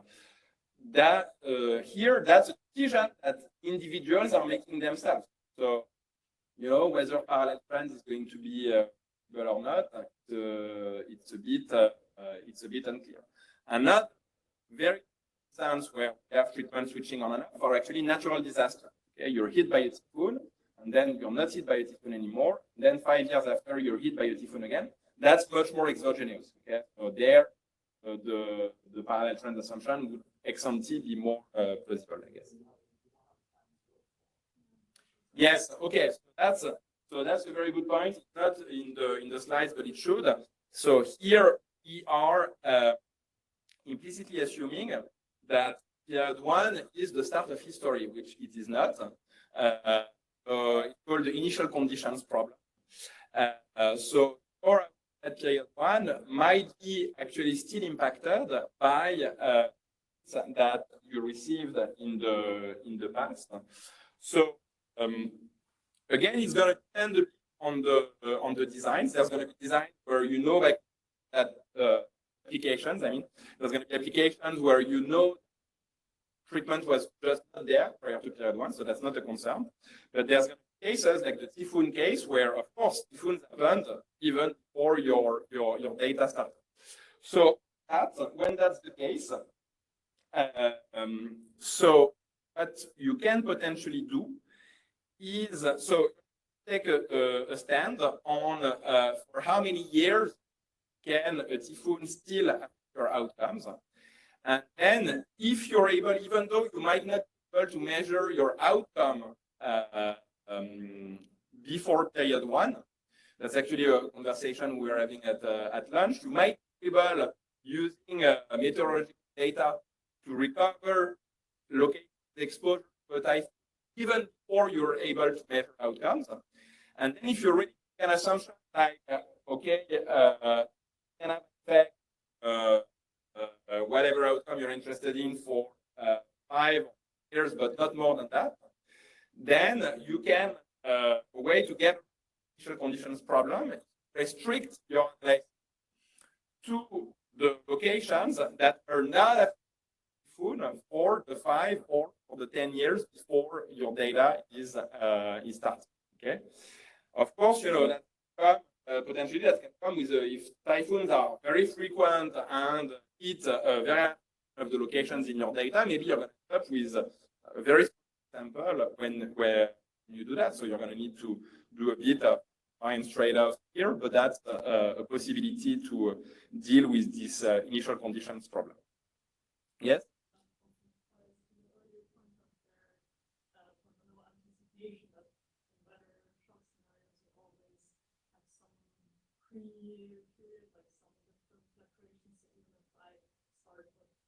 Same period, I might come from a completely different history and expect very different things. So you mean even if I, because based on my past history, I have more reason to anticipate a typhoon, for instance?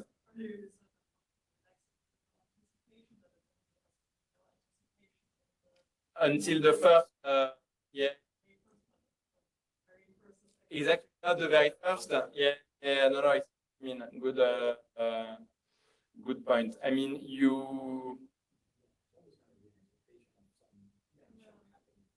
and this non-anticipation assumption can, as always, be placebo tested. So if those anticipation effects are really there and very large, you see them in the placebo. So. It just comes down to this validity question at the end of the day, right? If something with the typhoon example, right? If typhoons are happening before, and that's not in your data, your results still hold conditional on your data. It's kind of right, like an experiment, you're conditioning on your sample or not. So it's about where you can extrapolate later, right? But so there is that, but there is also the concern that if there is a typhoon that happened in the year just before your data starts and you don't see it, you're going to put in your control group locations that were affected by that typhoon, and what you will call the counterfactual trend without treatment is actually a trend, you know, with yeah. In principle, you know, again, those are really there, very large. You should see them in pre-trans analysis because yeah, that's the.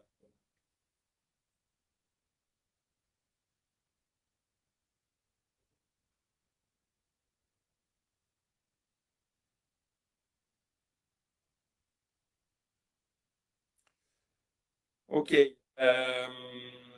so which type of effects are we looking at? So on top of the issues we've already mentioned, to me an important issue in this type of more complicated designs, and the issue that our paper is most concerned with, is that the causal effects we're going to be able to identify under parallel trends type become very complicated to interpret. So we're going to define what we call an actual versus status quo effect as, so it's going to be a group effect. It's going to be the expectation of the difference between the output group G L period after it first experiences a treatment change, and the counterfactual outcome it could have experienced without any treatment change. Okay. So first, we also so to estimate this under we can unbiased estimate this effect under a parallel trend assumption by a diff-in-diff estimator that just compares the FG minus 1 to F plus 1 plus L outcome evolution of the treated group G that experiences a change in its treatment at FG to the average outcome evolution of all that are, you know, in the, if we make an analogy with the Callaway estimator, we are not use as controls the not yet treated. We're going to be using the not yet switchers as the program. Okay? Groups whose first switch happens later, FG minus 1 plus L. And we need to restrict attention to groups that have the same treatment as switcher at baseline. Okay. So now, what are effects estimating about interpretable? So first, if we have, instance, a group that starts from a treatment of 1, go to a treatment of 2, and then to a treatment of 0, then the actual status quo effect is comparing the outcome of that period 3 with a sequence of treatments 1, 2, and 0 to what would have been their outcome with treatments of 1 at each period. Now, this comparison involves an increase in the lag treatment from to 1, but a increase of the current treatment from 0 to 1. And so by adding and subtracting this term, you can actually rewrite this quantity as a difference between two effects. The effect, so that's an effect of increasing the lag treatment minus an effect of decreasing the current treatment. And that's not going to be very interpretable. That of these effects are positive, but this thing here is negative. So that the first thing note in this type of designs is that we can identify meaningful effects for groups that satisfy a no crossing condition, whereby their treatment is either always larger than baseline treatment or always lower than their baseline treatment. And actually, our command, so of course, condition may not be defined in your data, but then our command will, whenever group that has, let's say, 1, 2, 2, 2, 3, 4, and then 0, then as soon as the no crossing condition is not satisfied, we will drop the remainder of the outcome data for that group. So now we restrict attention groups that are either always more treated than at baseline or weakly less treated than at baseline. And so that gives us two categories. Yes?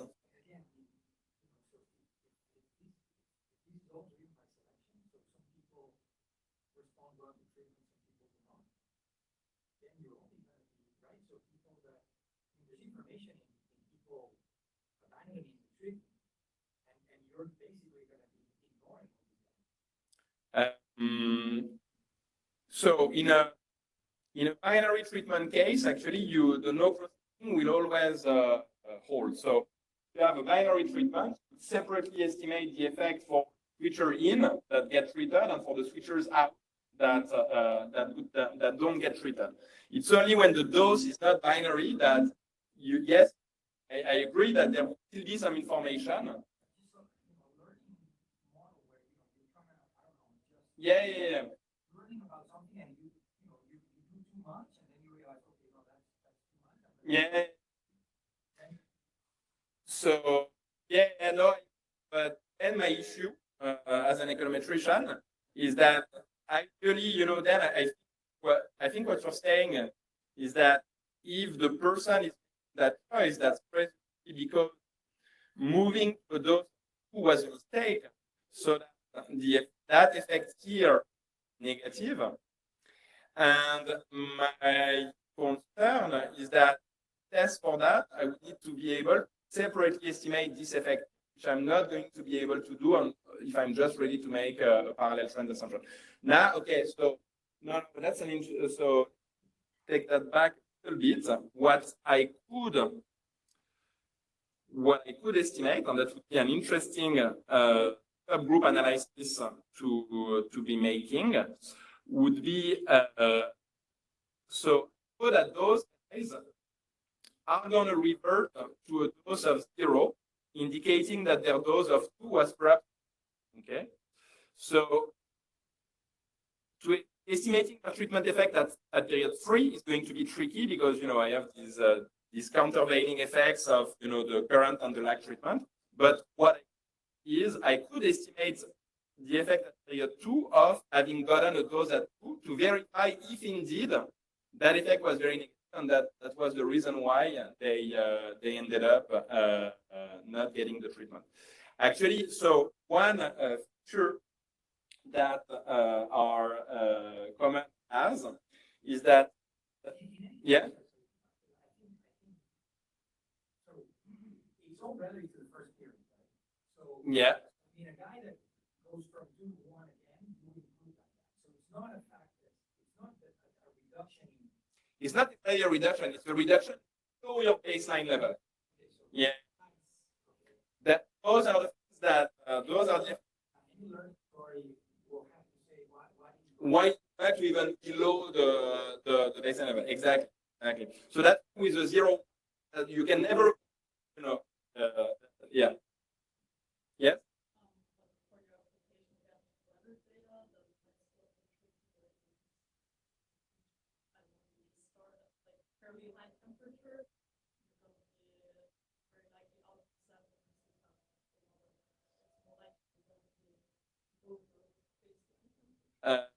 Well, would need to, yes, but temperatures are increasing everywhere, I guess. So.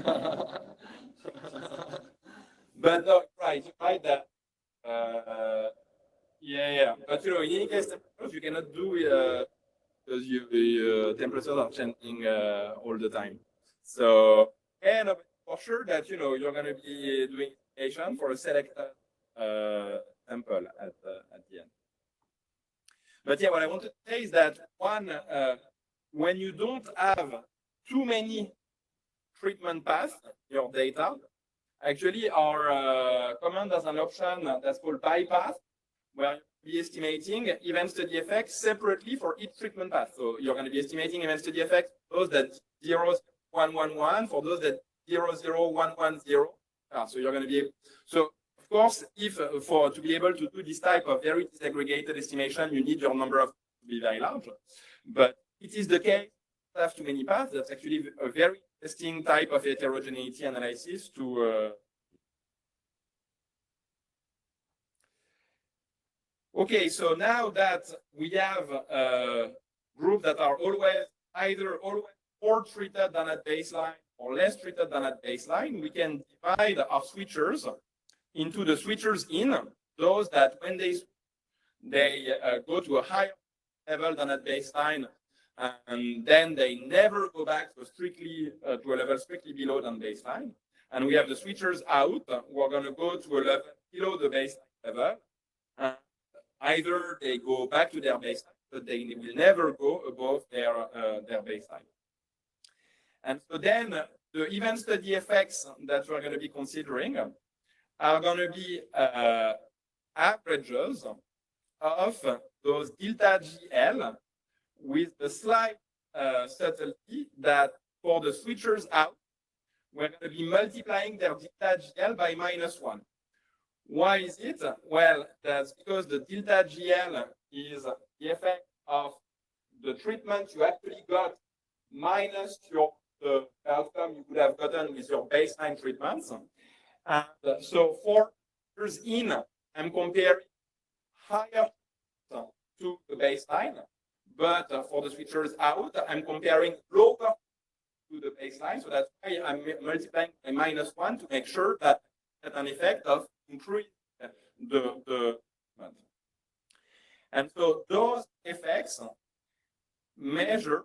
So we're going to talk about because interpretation is actually the key, but the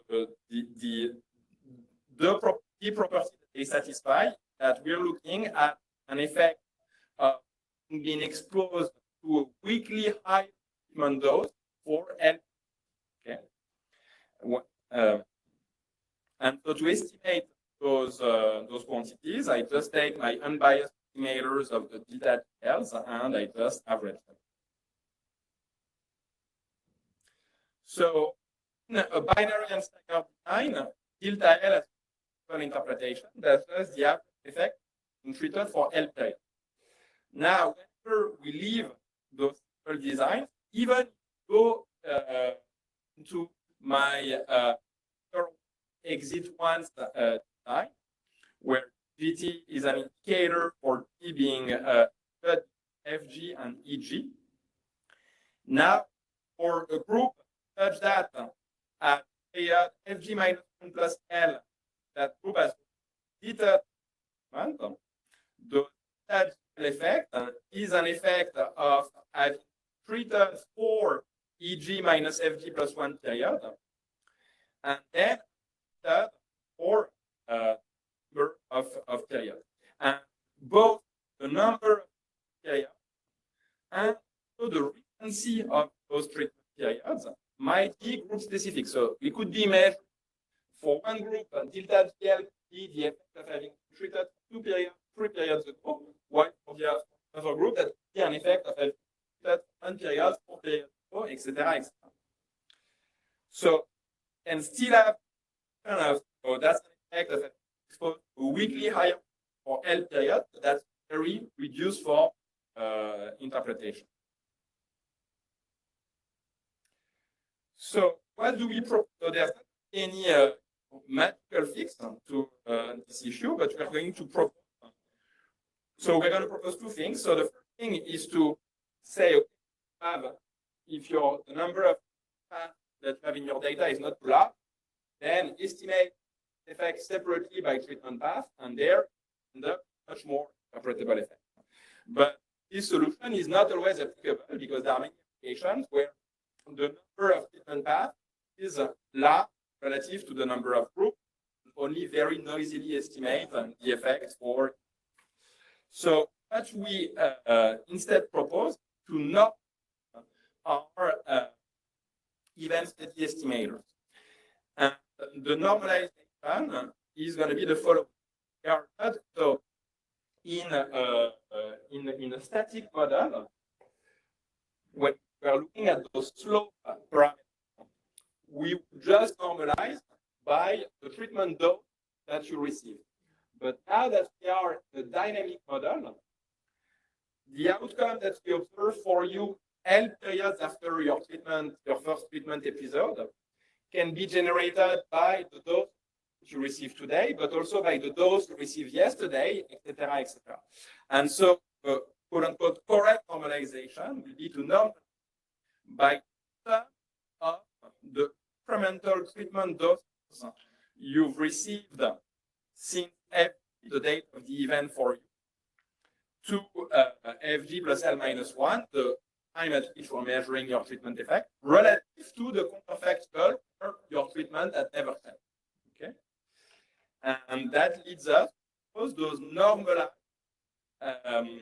actual versus co-effects, which is just the actual versus status quo effects of before, divided by the sum of increment doses received from FT to F minus 1 plus L relative to status quo counterfactual. And so why do we why do you think that is a justifiable normalization? Well, that because with this normalization, normalized actual status quo effects can be interpreted as weighted averages of potential outcome function with respect to current treatment, to the first lag of the treatment to the second lag of the treatment, etc., etc. So this SGLA object here is the slope of the potential output when tweet the case treatment lag or line term from the baseline status quo level to the actual level period fg minus 1 plus L minus K divided the change between the two treatments. Okay, so when so then we can aggregate those effects, and then our command compute normalized effects that interpreters have a slight more interpretation as weight of effect of the current treatment, of the first lag, etc., etc. And we can activate the way that effect 3 puts on the effect of the current treatment, the effect of our first lag, and the effect of the second lag, to give us to give you a little bit of a sense of which lag contributing the most to this effect.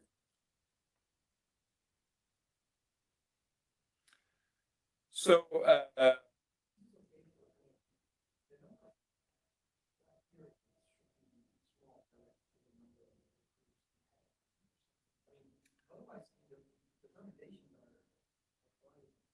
so if you want to estimate treatment path specific effects, yes, having a small number of periods and small number of values of the treatment itself will help tremendously, because, for instance, if treatment is binary and you have 4 time periods, the number of paths is actually 2 to the 4. It's already, not enough.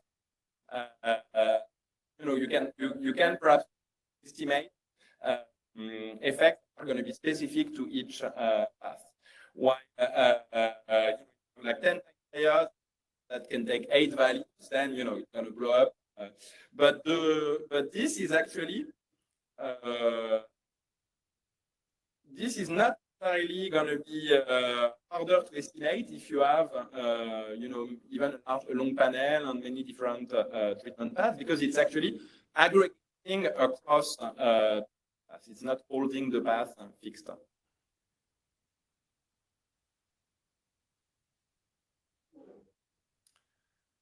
Okay, so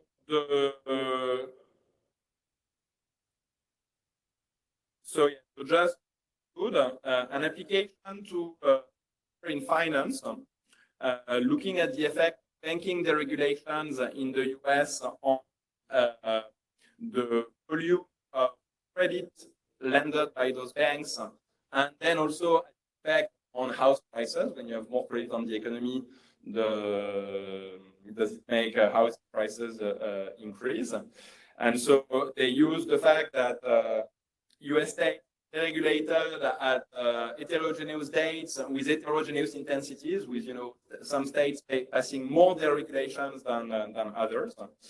And so the user command to estimate, for instance, the effect of deregulations, which is this treatment variable here, on the amount of loan economy. And we estimate 8 dynamic effects and 3 placebos, and we can also estimate our normalized event study estimators. And we compare that to a local projection regression, which had been used by the authors of the original paper. And so you see that the local projection regression says that effects of deregulation both on credit and house prices are positive. You see some effects actually, and then they disappear. While these are homogeneity robust estimators, we find a bit the opposite. You don't find much of an effect, but then you find long-term effects. And it's especially true for the growth of prices. And so, is the caveat here, an application where, we follow the original paper. We're looking at many dynamic effects, 8 of them, while we can only 3 placebos. And in fact, for the low income, the placebos are not significant, but they're not small in comparison so-called treatment effects could very well just be differential trends that we were not able to detect. Things are a bit better for the outcome, because there the placebos are very small and more precisely estimated, but still, you know, the long-run effects are extrapolated for 8 periods, while we can test parallel trends for only 3 periods. Okay, so that's the class. Thank you very much for following the marathon.